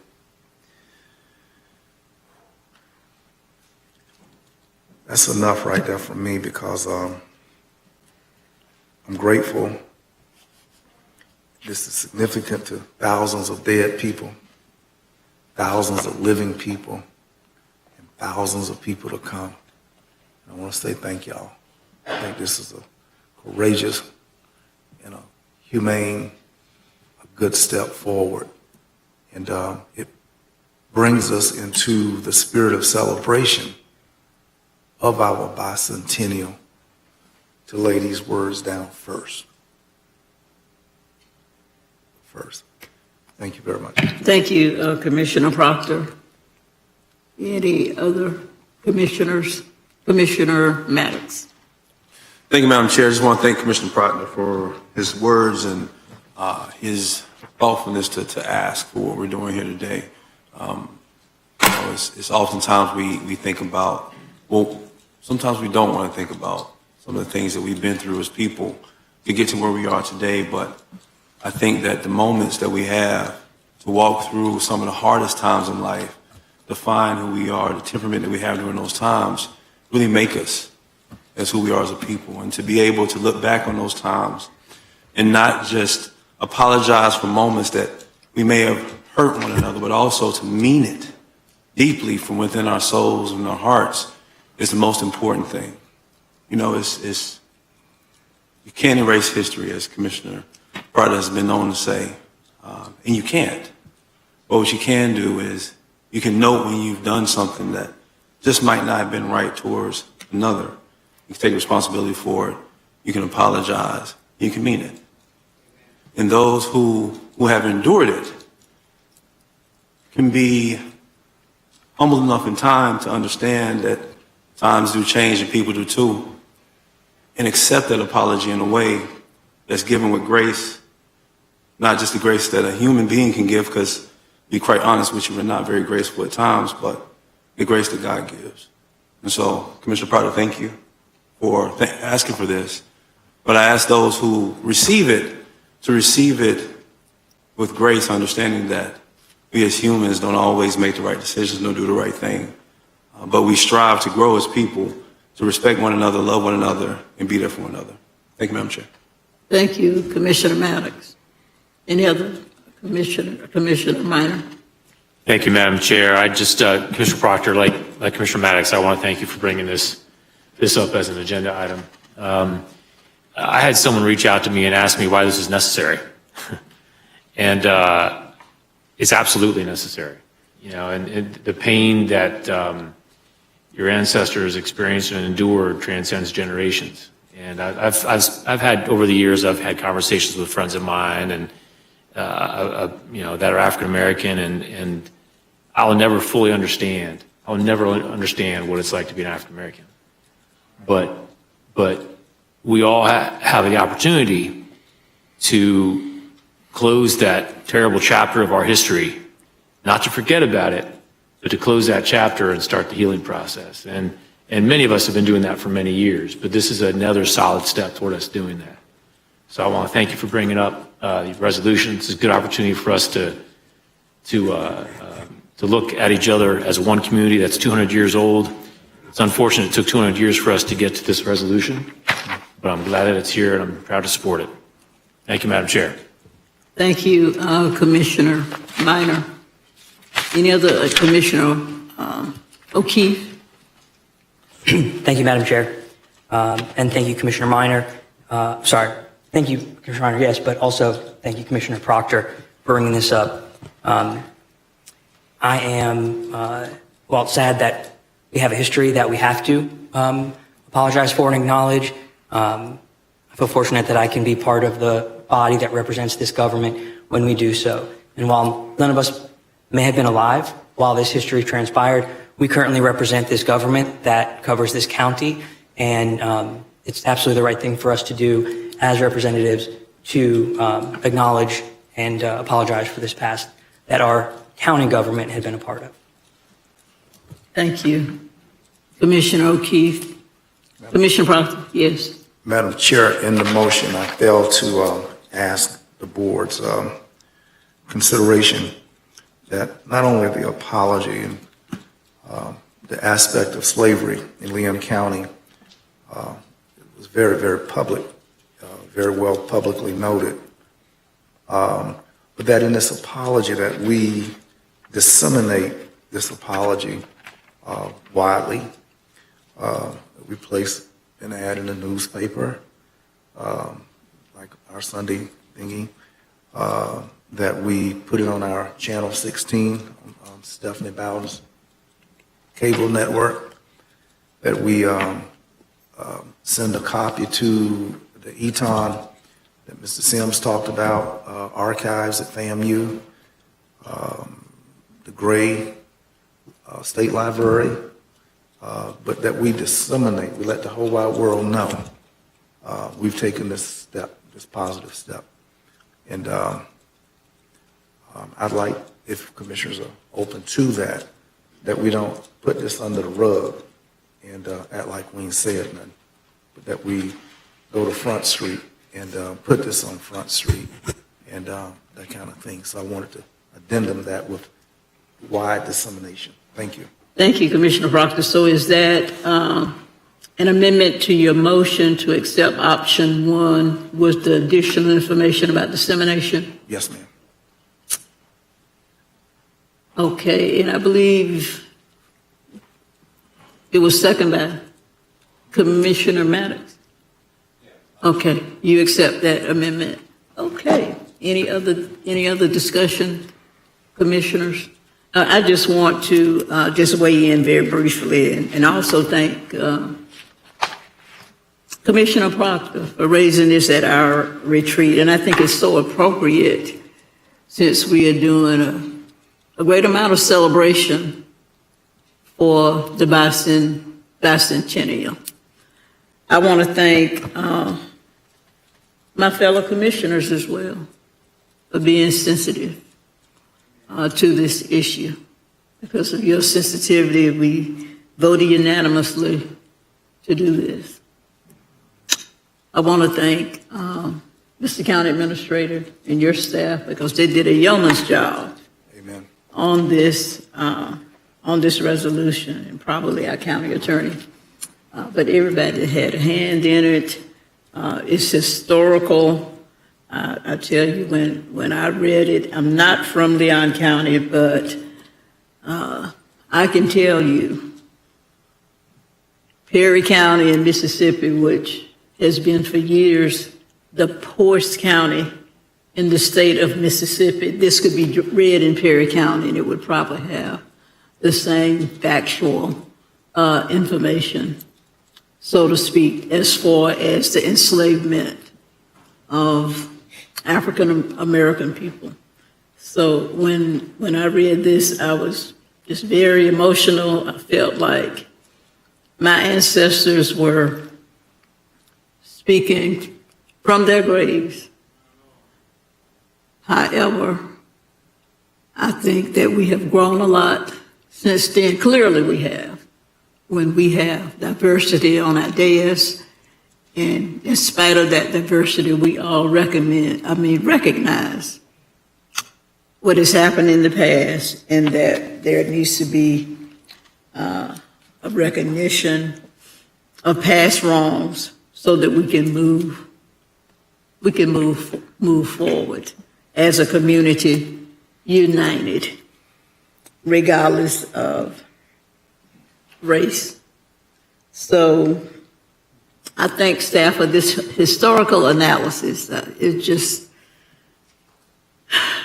very emotional, very moving, and I agree with Commissioner Proctor that this does not need to be placed under the rug, but disseminated. And it speaks a lot, in my opinion, of Leon County, the character of Leon County, the great people that live in this county, and the fact that we want to move forward progressively, working together, recognizing that everybody's history is important and has been important and played a major role in building our city and building our community to where we are today. So I won't go on and on, I could,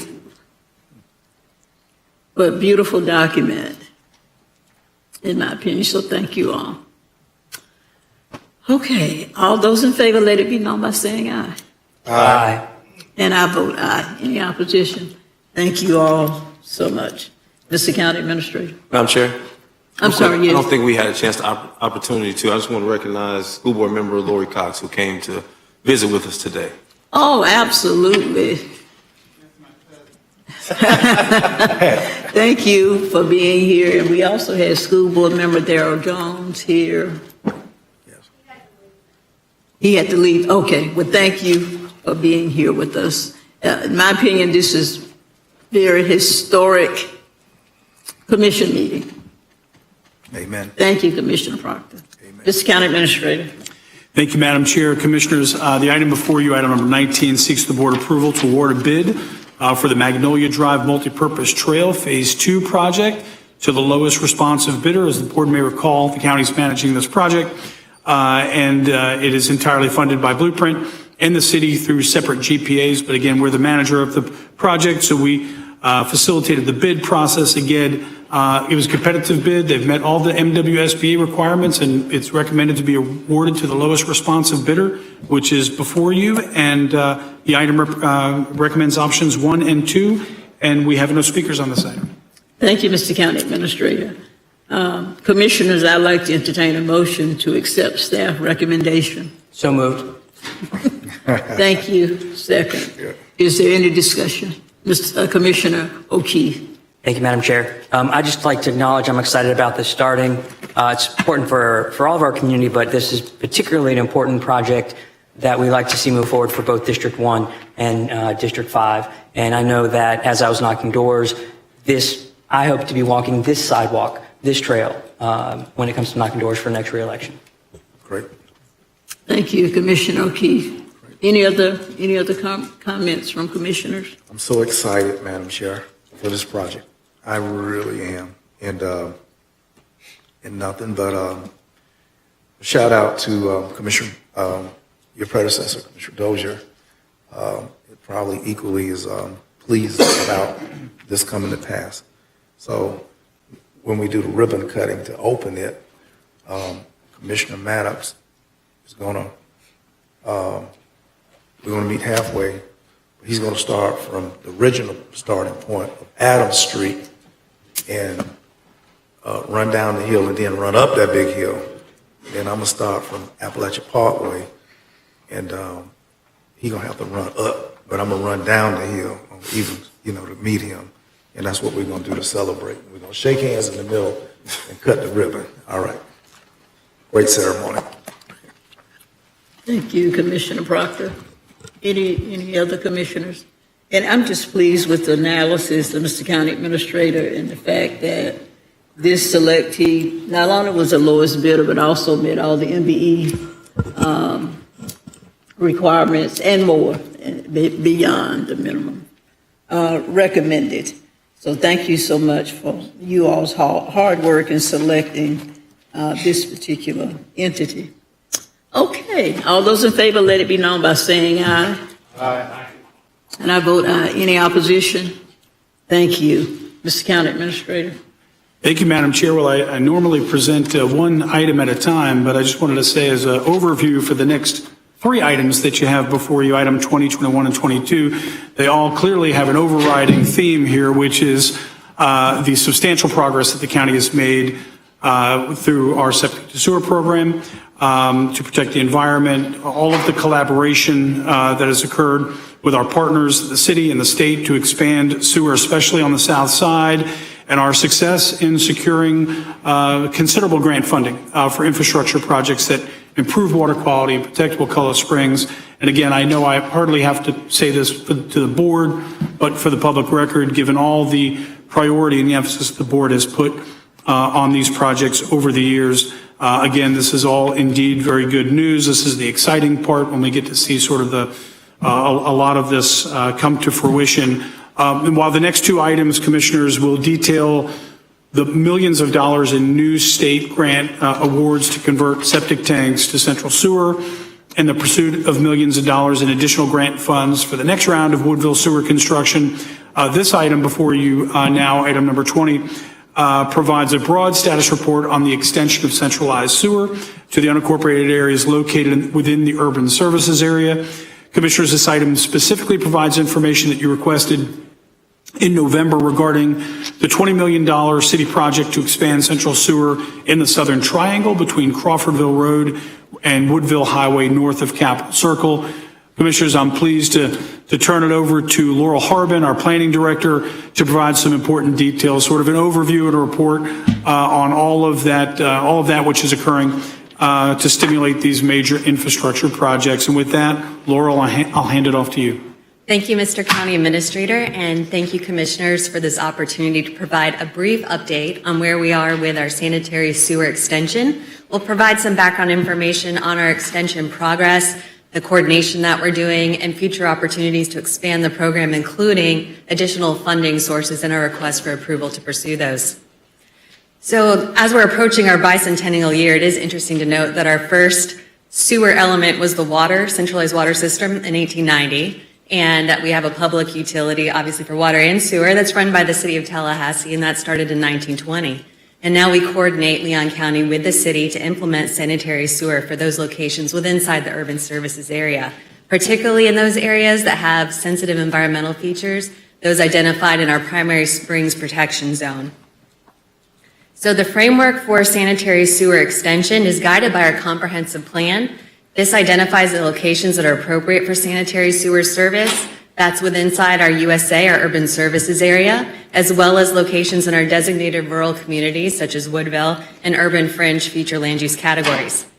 They're also guided by the requirements of the water and sewer agreement between Leon County and the city of Tallahassee. That led to the master sewer plan that the city maintains and operates and then submits to the county for approval every 5 years. So implementation of sanitary sewer infrastructure is completed in 3 ways. One is through the programming inside the master sewer plan that looks at feasibility of extending sewer service, and those projects get incorporated into the city's 5-year capital improvements program. The other is through the robust septic to sewer program that the Leon County Public Works Department leads, and under your leadership has been able to expand over 700 septic to sewer conversions thus far through pursuit of grant funding for environmental protection from the state of Florida. And then also through private development. The water and sewer agreement dictates that any new development or redevelopment of properties with sewer access must connect to that service.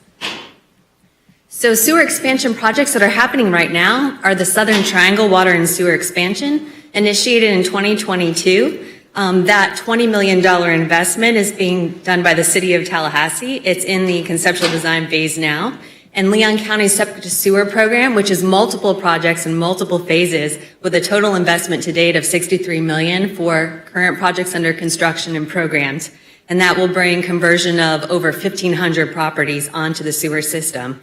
And that's primarily for projects located in the primary springs protection zone, supported by grants from the Florida Department of Environmental Protection. So an update on the Southern Triangle project.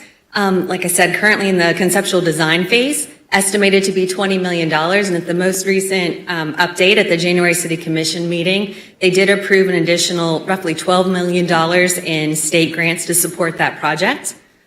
The timeline for this project, we're looking about 5 years out for completed construction, with conceptual design completed this year and easement and right-of-way acquisitions occurring this year as well. At the completion of this project, all the properties located within the triangle will have sewer, water and sewer connection options. So that'll be an additional 200 plus properties. So for the septic to sewer projects that Leon County Public Works is leading, we have the Woodside Heights and Annawood Bel Air neighborhoods. These are nearing completion. Phase 1 is already complete, and by the time it's completed, we'll have 320 properties with access to water and sanitary sewer service. This is part of the cumulative $63 million investment to date.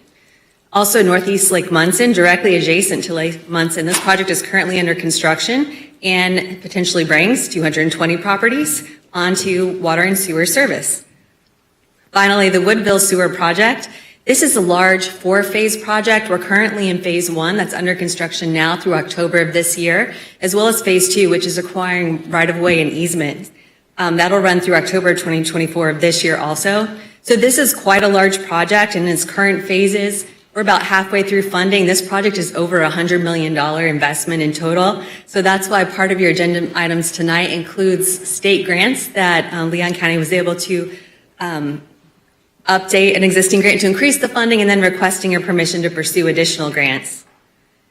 So here's some update overview of items 21 and 22. So amending an existing FDEP grant to raise that grant amount to $7.8 million, which will support the Northeast Lake Munson and Woodville sewer systems projects with matching funds from the Leon County share of water quality sales tax revenues. And then item 2022 in your agenda materials is a request to allow us to pursue Florida Water Management District grant applications for a total of $12 million, $10 million of which will go to the Woodville Sewer Systems Project that's underway now, as well as $2 million for Munson Slough Embankment Repair Project. So all this work that's in progress with additional grant funding opportunities has substantial benefits for the community. We know that they're environmental. They also have an economic benefit. And with the Connect to Protect program that Leon County has, this benefits property owners that are able to convert their septic onto the sewer system. So to sum it all up, there's $63 million invested to date in the county's septic to sewer projects that'll extend sewer service to 1,529 individual properties in Leon County. So your staff is pursuing grants, I'd say aggressively, looking for opportunities to leverage DEP grants and Florida Water Management grants.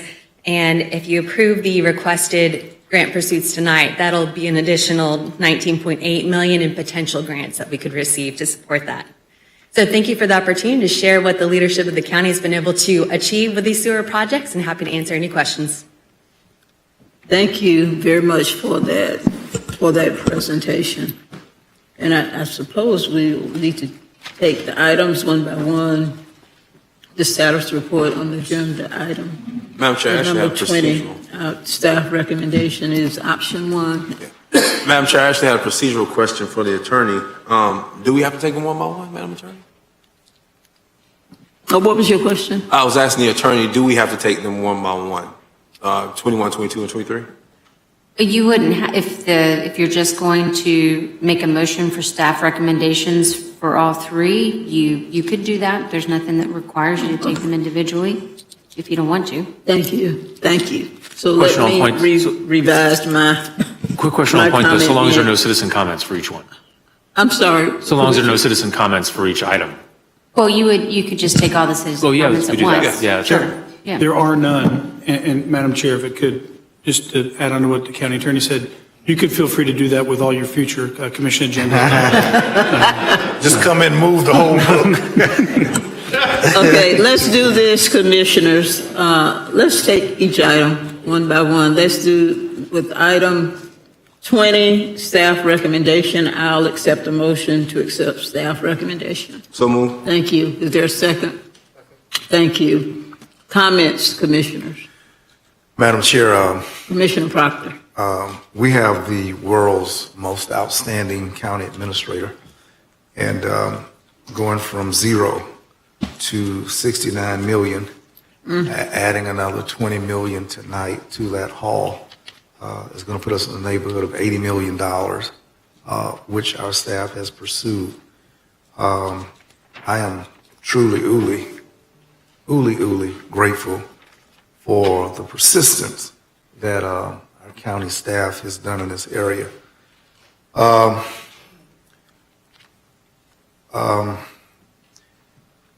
Pipes in the ground is something that people don't see, and your legacy of a sewer pipe, nobody will ever take note. I'm not ashamed to say that my name has been associated with this sewer effort. And I'm reminded some years ago we were out dedicating the Gary Jordan Park down in Woodville. And Gary walked up to me very matter-of-factly, and we had done a couple dedications. And he said, "Don't worry, Bill, don't worry. Your name is going to go on a public project someday. In fact, your name is going to go on the sewer treatment plant. That's where we're going to put your name." So with this $80 million, I hope that Gary Jordan wasn't prophetic, but he did assure me that my name would be placed on a sewer treatment plant for posterity. I asked that it not be placed on a sewer treatment plant for posterity, but I am very happy that that the effort for our staff and this commission to recognize, to equalize, and to give a chance to the southern seers of our community. They got to have these pipes, and once we got these pipes, it changes what can happen. What's in the ground controls what's on top, and it gives what's on top of the ground more greater expanse to what activities can occur. So thank each of you. Thank you, Commissioner Proctor. Commissioner Minor. Thank you, ma'am. I'll be very quick. You know, our county administrator and I were talking earlier today about an unrelated issue, and the subject about the county being I brought this part up, being extremely good about leveraging our dollars and drawing down grant dollars, whether from the state or federal government or other sources, to achieve our priority goals. And so Leon County is incredibly good at that. And it's just another reason why our county administrator is the best in the state. Amen. Best in the state? Best in the world. Best in the world, that's right. I keep forgetting. Best in the world. And his county staff are there as well, propping him up to make sure he gets that award. So, I mean, just all from the top all the way through. Thanks to everybody, not just on this, in terms of drawing down these millions of dollars, for us making real progress on Southside Sewer, the Commissioner Proctor Sewer Treatment Plant, but on a whole host of other things too. It's in there, it's baked in now, but on all kinds of other things too. I mean, this is a really, really well-oiled machine in terms of drawing down dollars to achieve our goals. So thanks to everybody. Thank you, Madam Chair. Thank you, Commissioner Minor. Commissioner Caban. Thank you, Madam Chair. I think Commissioner Minor, Commissioner Proctor both hit the nail on the head with this. When I'm in Woodville, when I'm getting my hair cut, I have folks that live in my district that the number one question is, when is sewage going to be done? And so I know that this is really important to the folks in District 2, really important to the folks that live out in Lake Munson, really, really important to the folks that live in Woodville. So thanks to staff, thanks to the county administrator for constantly looking to find more money. And, I believe we're on time, right? And so we're on time. They're moving. And so I think that's really important when we say that we're going to deliver to our constituents. Mm-hmm. We go out there and we deliver. And I think that's our reputation. So thank you. Thank you, Commissioner Caban. Any other comments? Okay. Mr. County Administrator. Thank you, Madam Chair. The Commissioners, let me just say, too, before we wrap this item up, really a lot of nice things that you all have said. Needless to say, all of this follows the priority that the board has placed on this. I mean, you all have really had to make the tough decisions to prioritize match dollars with respect to this, and we've done that. Again, Commissioner Proctor, remember, we talk about 800 now conversions, septic to sewer, and a lot more on the alternative to sewers program that are coming.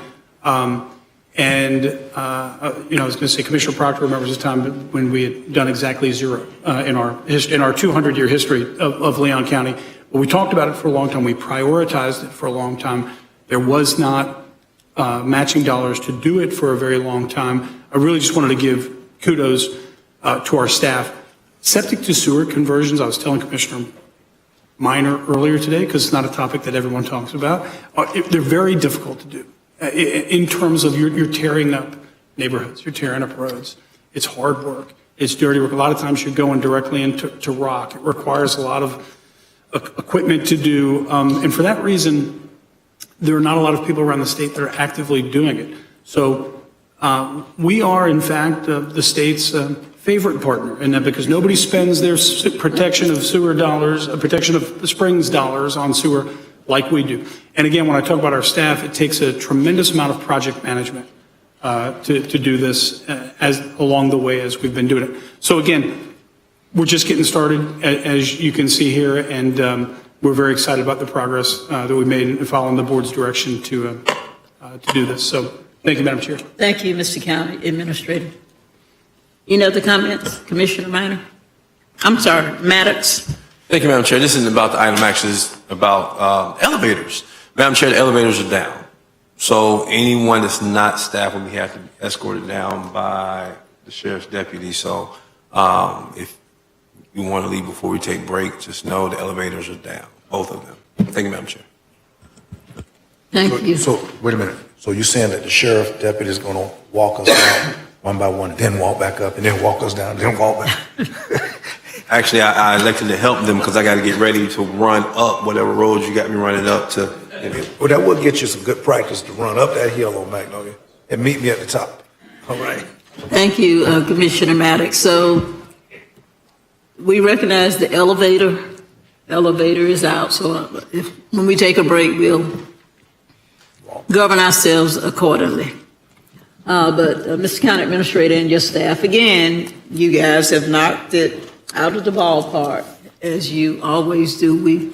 We just appreciate all of the hard work that you all have done. And on this particular item that's specifically directed to our neighbors on the south, in the south side, it's about elevating their quality of life. The septic to sewer project, I know it's been going on in the south, and most of us have had the opportunity to go out and witness the work that's being done. And like the county administrator said, it's not easy work, it's not clean work. Literally get down in the ditches and the drenches, and we actually witness that. But it's about elevating not only the quality of life of our citizens in the South, but it also has a positive impact on the quality of water. And of course, leading down to McCullough Springs and other areas. This will clearly have a positive impact in our community and with our citizens. So having said that, thank you all for all the hard work that you do, and we know we're looking forward to the next 5 years for the completion, and hopefully it will be available to all the households in this particular area. So all those in favor of the motion on the floor, let it be known by saying aye. Aye. Any opposition? I vote aye. Thank you so much. Mr. County Administrator. Thank you, Madam Chair. Madam Chair, let me see, item number 21, and I guess these can go quicker. I know where we are relative to time, but building on the comprehensive report that you just saw and continuing on this momentum, the item before you seeks approval to amend the existing Springs Restoration Grant Agreements with the county and FDEP to realize an additional $7.8 million in new state funding to prioritize county septic sewer projects. And the grant award will enable the county to pursue the next phase of the Woodville project, and an item on that will be coming back to the board during your budget workshops. With that, happy to answer any questions you might have, and we're recommending options 1, 2, and 3. Thank you, Mr. County Administrator. Move staff recommendation. Thank you. Is there any commission discussion? Having none, all those in favor, let it be known by saying aye. Aye. Any opposition? And I vote aye. Thank you so much, Mr. County Administrator. Thank you, Madam Chair. And again, this item that is before you now, item number 22, again, to continue the theme here, seeks your approval to have us apply for additional grant, to submit 2 grant applications totaling $12 million in grant requests. And again, this includes $10 million for the next phase of the Woodville project and $12 million for the Munson Slough embankment repair project. And again, happy to answer any questions you might have. We are recommending options 1 and 2, and we have no speakers on this item. Thank you, Mr. County Administrator. I will entertain a motion to accept options 1 and 2. Thank you. Any discussion? One question. Commissioner Proctor. Mr. Administrator, what charms the Northwest Florida Water Management District to favor us with $12 million? I didn't even know we were in their district based on their funding, or absence of funding. Madam Chair? Yes, please. Sure. We get these dollars spent. and again, that's the basis for our agreement that we have with FDEP. The legislature has prioritized springs protection, and we happen to be an area that's demonstrated an ability to get the work done. No problem. Thank you. Any other questions or comments from commissioners? Hearing none, all those in favor of accepting staff recommendations of option 1 and 2, let it be known by saying aye. Aye. And I vote aye. Any opposition? Hearing none, thank you so much. Mr. County Administrator. Finally, Madam Chair, item number 23 seeks the full board's consideration of an appointment to the Citizens Advisory Committee for Quality Growth and to the Joint City-County Bicycling Work Group as represented in options 1 and 2. So moved.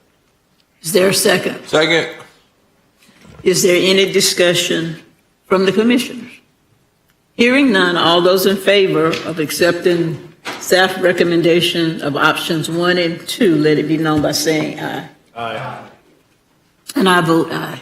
Thank you so much. Is there anything else, Mr. County Administrator, on the general business? There is not, Madam Chair. I'm sorry, Mr. County Administrator. That concludes your general business agenda. Thank you. Thank you. We have a public hearing, 3 public hearings scheduled at 6 o'clock. And we have 1 elevator up. And 1 hour. So what I would like to do at this point is, if we can go into comments, discussion items from the commissioners, from our county attorney, and from the county administrator. So I'd like to start with our county attorney. Thank you, Madam Chair. I have nothing for the board. Thank you. Thank you. Mr. Administrator. Thank you, Madam Chair. This is a quick one. Nikki Payton, if you could come on up. At the board's request, wanted to provide just a quick overview of the current status of our legislative session. And with that, I'll hand it off to Nikki. Thank you. Commissioners, as we've been covering in our weekly capital update reports, there's been a number of bills we've been tracking that would have major implications for county governments. These include FRS changes, new voting requirements for millage rates, and even proposed term limits. But I wanted to take a moment to touch on a couple of bills of particular interest, given their fiscal impact, potential fiscal impact to the county. Excuse me. The first, House Bill 7015 proposes an additional $25,000 homestead exemption for all ad valorem taxes. This proposal, which would have to ultimately be approved by voters, would increase the existing exemption on homestead property values between $50,000 and $75,000. Or in other words, homestead property values from $50,000 to $100,000 would become exempt. If approved, an additional $1.2 billion in property value would become exempt across the county. This would result in an $11 million reduction in revenue. At this point, the bill has stalled in committee and has yet to be considered by the full House.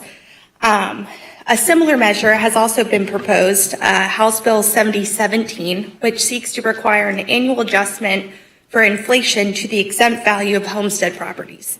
This proposal would apply to all exempted values of homestead properties.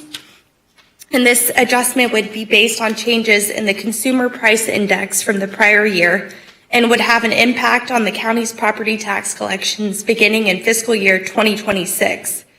House Bill 7017 has been passed by the House and is set to be considered for the first time in the Senate this week.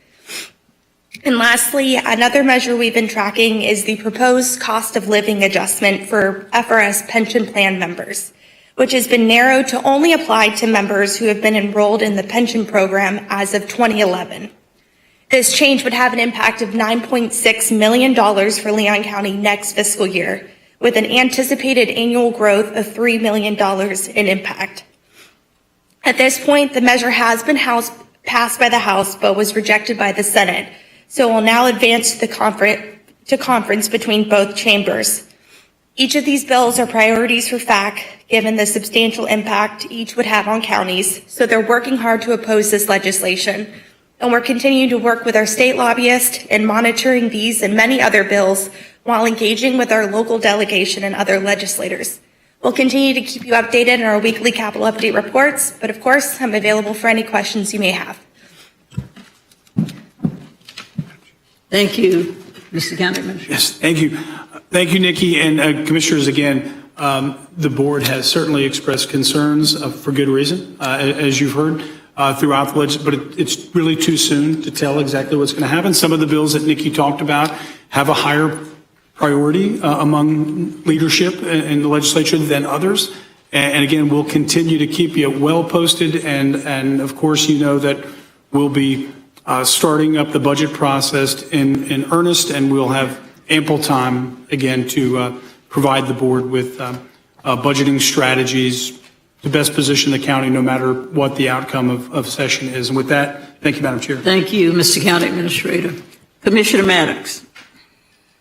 Madam Chair, just one thing, a proclamation honoring the Iota Delta chapter of Alpha Phi Alpha Fraternity Incorporated for the 50th anniversary to be presented off-site at FSU on April the 3rd. Madam Chair, you're more than welcome to present that proclamation. I know Shinkton is especially excited about it.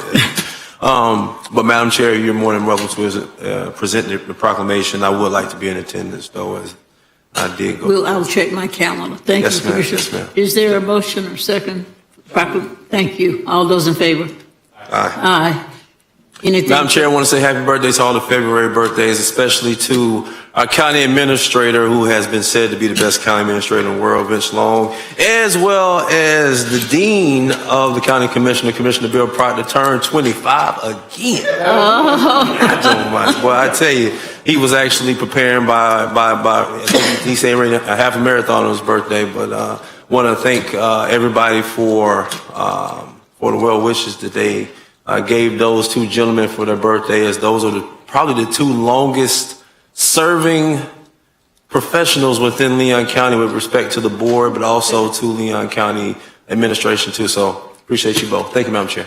Thank you, Commissioner Maddox, for mentioning those birthdays. So happy belated birthday to both of you all. Yeah, we really appreciate it.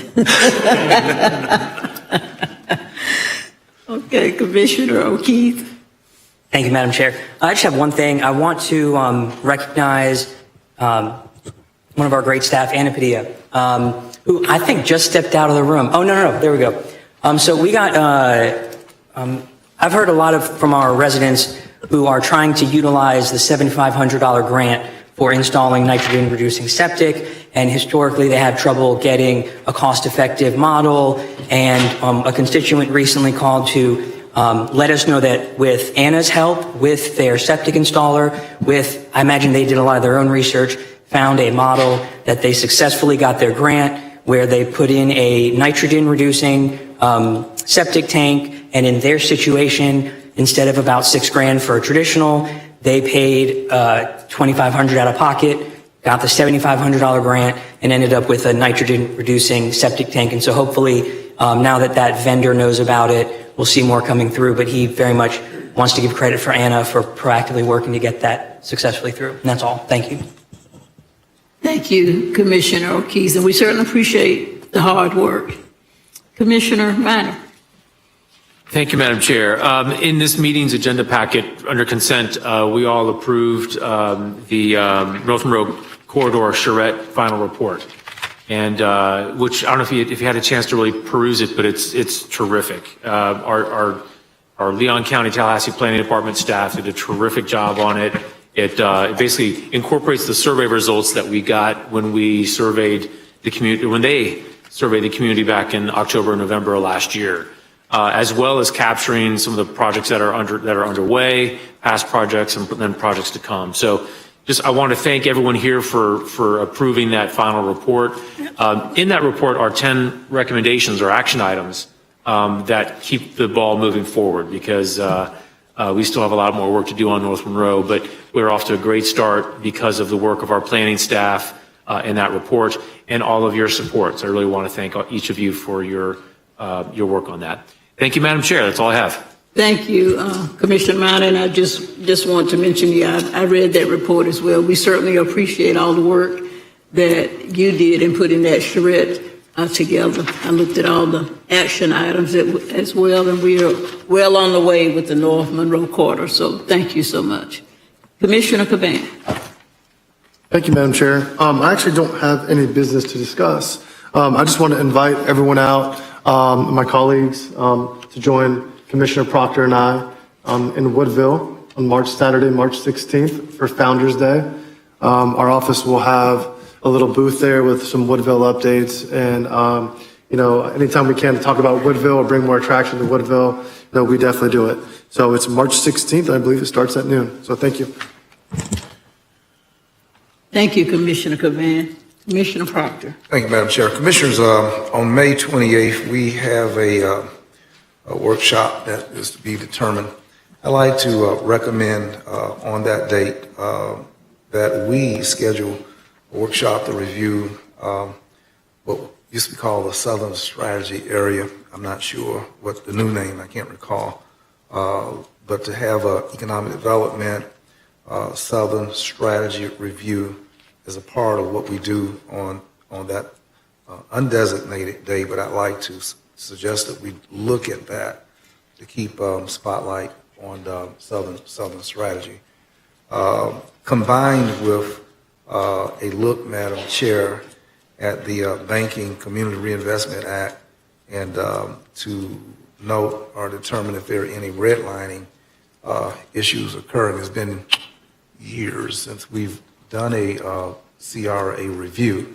And I think that in keeping the marketplace equitable, fair, to make sure that reciprocity of deposited dollars in our banking facilities, that they're coming back to the community proportion to the level of which deposits are made in those institutions. So I'd like to offer that date as a, since it's an open date, that we look at those items.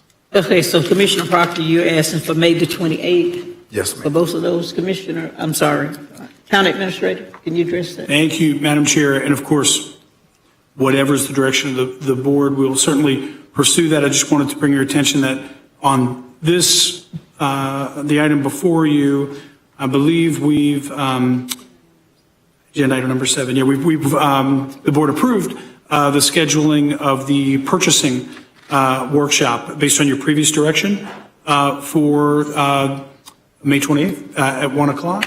Not May 20th, that's on May 28th, he said. May 28th. Or 28th, I'm sorry.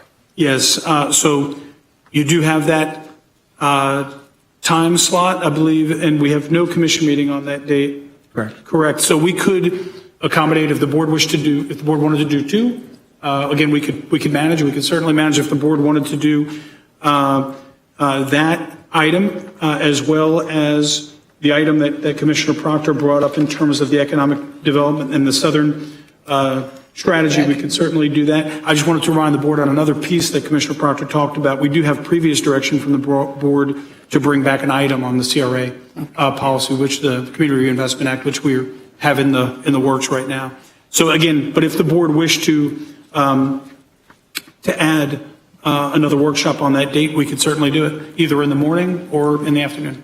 But the 28th would be. On the 28th. Madam, can you restate the motion, Madam Chair? Yes, Commissioner Proctor is asking for a workshop on May the 28th on the Southern Strategy Review, as well as the CRA. Okay, I'll second the motion. Okay, and it's already in the works according to the county administrator, the date and everything. Okay, is there a motion? And I need a second. That is the motion. Okay, you second. Okay, any discussion? Thank you, Mr. County Administrator, for that clarification and approval. All those in favor, let it be known by saying aye. Aye. And I vote aye. Thank you. Madam Chair, thank you, Commissioners. Madam Chair, I wanted to ask the members of our board who serve on the CRPTA for a little more muscle on Crawfordville Road 319. It is amazing. I went down there the other day, and to see Woodville, Wakulla, and the phenomenal work that has occurred on that highway. And we made commitments that if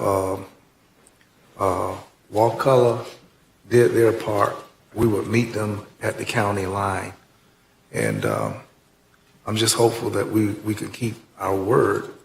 We need that. Secondly, CRPTA members, our colleagues, y'all shouldn't get manhandled down there at that board.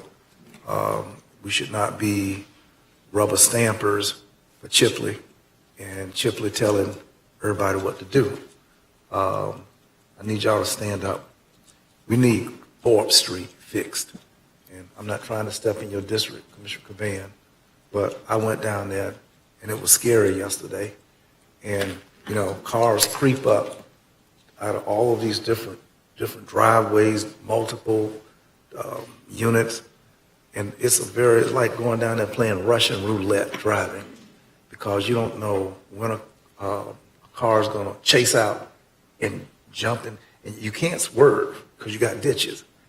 And that road runs parallel to Tennessee Street North. And then Pensacola runs parallel with Tennessee Street South. But Tennessee Street and its south parallel twin partner is Pensacola, from TCC all the way down to Doak Campbell. When you go to the parallel road north of Tennessee Street, you come from Capitol Circle, and you just got to pray hard that you can get down there by Godby School and clear. Now, I don't know if sociology is driving the train or scientific data. And I'd like to see us take a count, traffic count, survey. We need data. And no offense to Commissioner Welch, this district, but when we pull Bannerman from a 2034 at the blueprint, we moved them from 2034 project down to 2020 or 2021. We pull them up early by 13, 14 years, advanced Bannerman Road. And they're in the, how can you go way out 14 miles from where we sit, and yet 5 miles from where we sit, we can't do nothing. We got to wait until doomsday. And it's dangerous. There's a lot of young people, families, people walking on the side of that road. So I join in with Commissioner Caban. This thing needs to be, I can't believe we're going way up to Bannerman and can see way up there, but we can't see right across the street over there. So I'm urgently begging our CRPTA members to lift that up, running up the pole. Caban, I'm with you 1,000 over there, because this is coming out of the experiences that I had yesterday on the street, and it was not pretty. Thank you, Commissioner Proctor. Who are our members on the CRTPA? Okay, Commissioner O'Keefe and Commissioner Maddox, the two of you? Okay. So that's not a motion, that's just a recommendation? That's an ask. Yeah, just an ask? Yes. Thank you. Anything further, Commissioner Proctor? No, ma'am. Thank you so much. Commissioner Welch? I have nothing. Oh, okay, thank you, Commissioner Welch. Commissioners, I'd like to ask for a proclamation for Women's History Month to be presented at our meeting in March. So moved. Thank you. Madam Chair, I don't think did we vote on the motion? No, it was just he didn't make a motion. It was a recommendation for the members of the CRTPA to look at 319 going south. And 4. I mean. My apologies. I didn't know if there was a motion. That's fine. There was no motion, just a recommendation. Yes. And that's why I identified who the members were. Thank you guys so much. Okay, all those in favor of the Women's History Month proclamation, let it be known by saying aye. Aye. Aye. And I vote aye. And I'd like to, Mr. County Administrator, I had the privilege, Commissioner Proctor and I, of attending a 30-year anniversary of the Linda's Consortium. They recognized Leon County and thanked the county for all of the support over the years. Got it. Oh, It's a good award. oh, if you will stand. Oh, sure. Is there a loan? And this is beautiful. Yeah. It says TLC, Tallahassee Lenders Consortium, presented to Leon County government in recognition and appreciation for your invaluable contributions to the Tallahassee Lenders Consortium. 30th anniversary celebration, February the 8th, 2024. So if I you will will accept it on your display- behalf. Thank you, in a prominent place Will do. here in the county. Thank you. Thank you. If there is nothing further, we have public hearings. I'm sorry, Commissioner Caban. If I may, I wanted to respond. Did I skip you? No, you did. I had no business to discuss. The Commissioner Proctor started talking, and I wanted to respond, if that's okay, to some of the comments about Tharp Street, et cetera. I'll be very brief. I'll use my discretion. It's your district. Yes, sir. Thank you. First and foremost, I just want to say to the county administrator's credit, December 2022, we moved up Tharp Street. I believe it was roughly 8 years on its plan. So we have it slated for fiscal year 2030. I do want to say that next week in Blueprint, we are going to be discussing a $124 million project with the airport gateway. And if we keep it within budget and we use Spring Hill Road, the first approved route that voters voted on, we will have $40 million that we could spend amongst other projects. And so Tharp Street could be one of them. So I'm looking forward to that discussion. So thank you, Madam Chair. Thank you, Commissioner Caban. That gives us something to think about. We appreciate your comments. We have public hearings scheduled for 6. We will now adjourn until 6.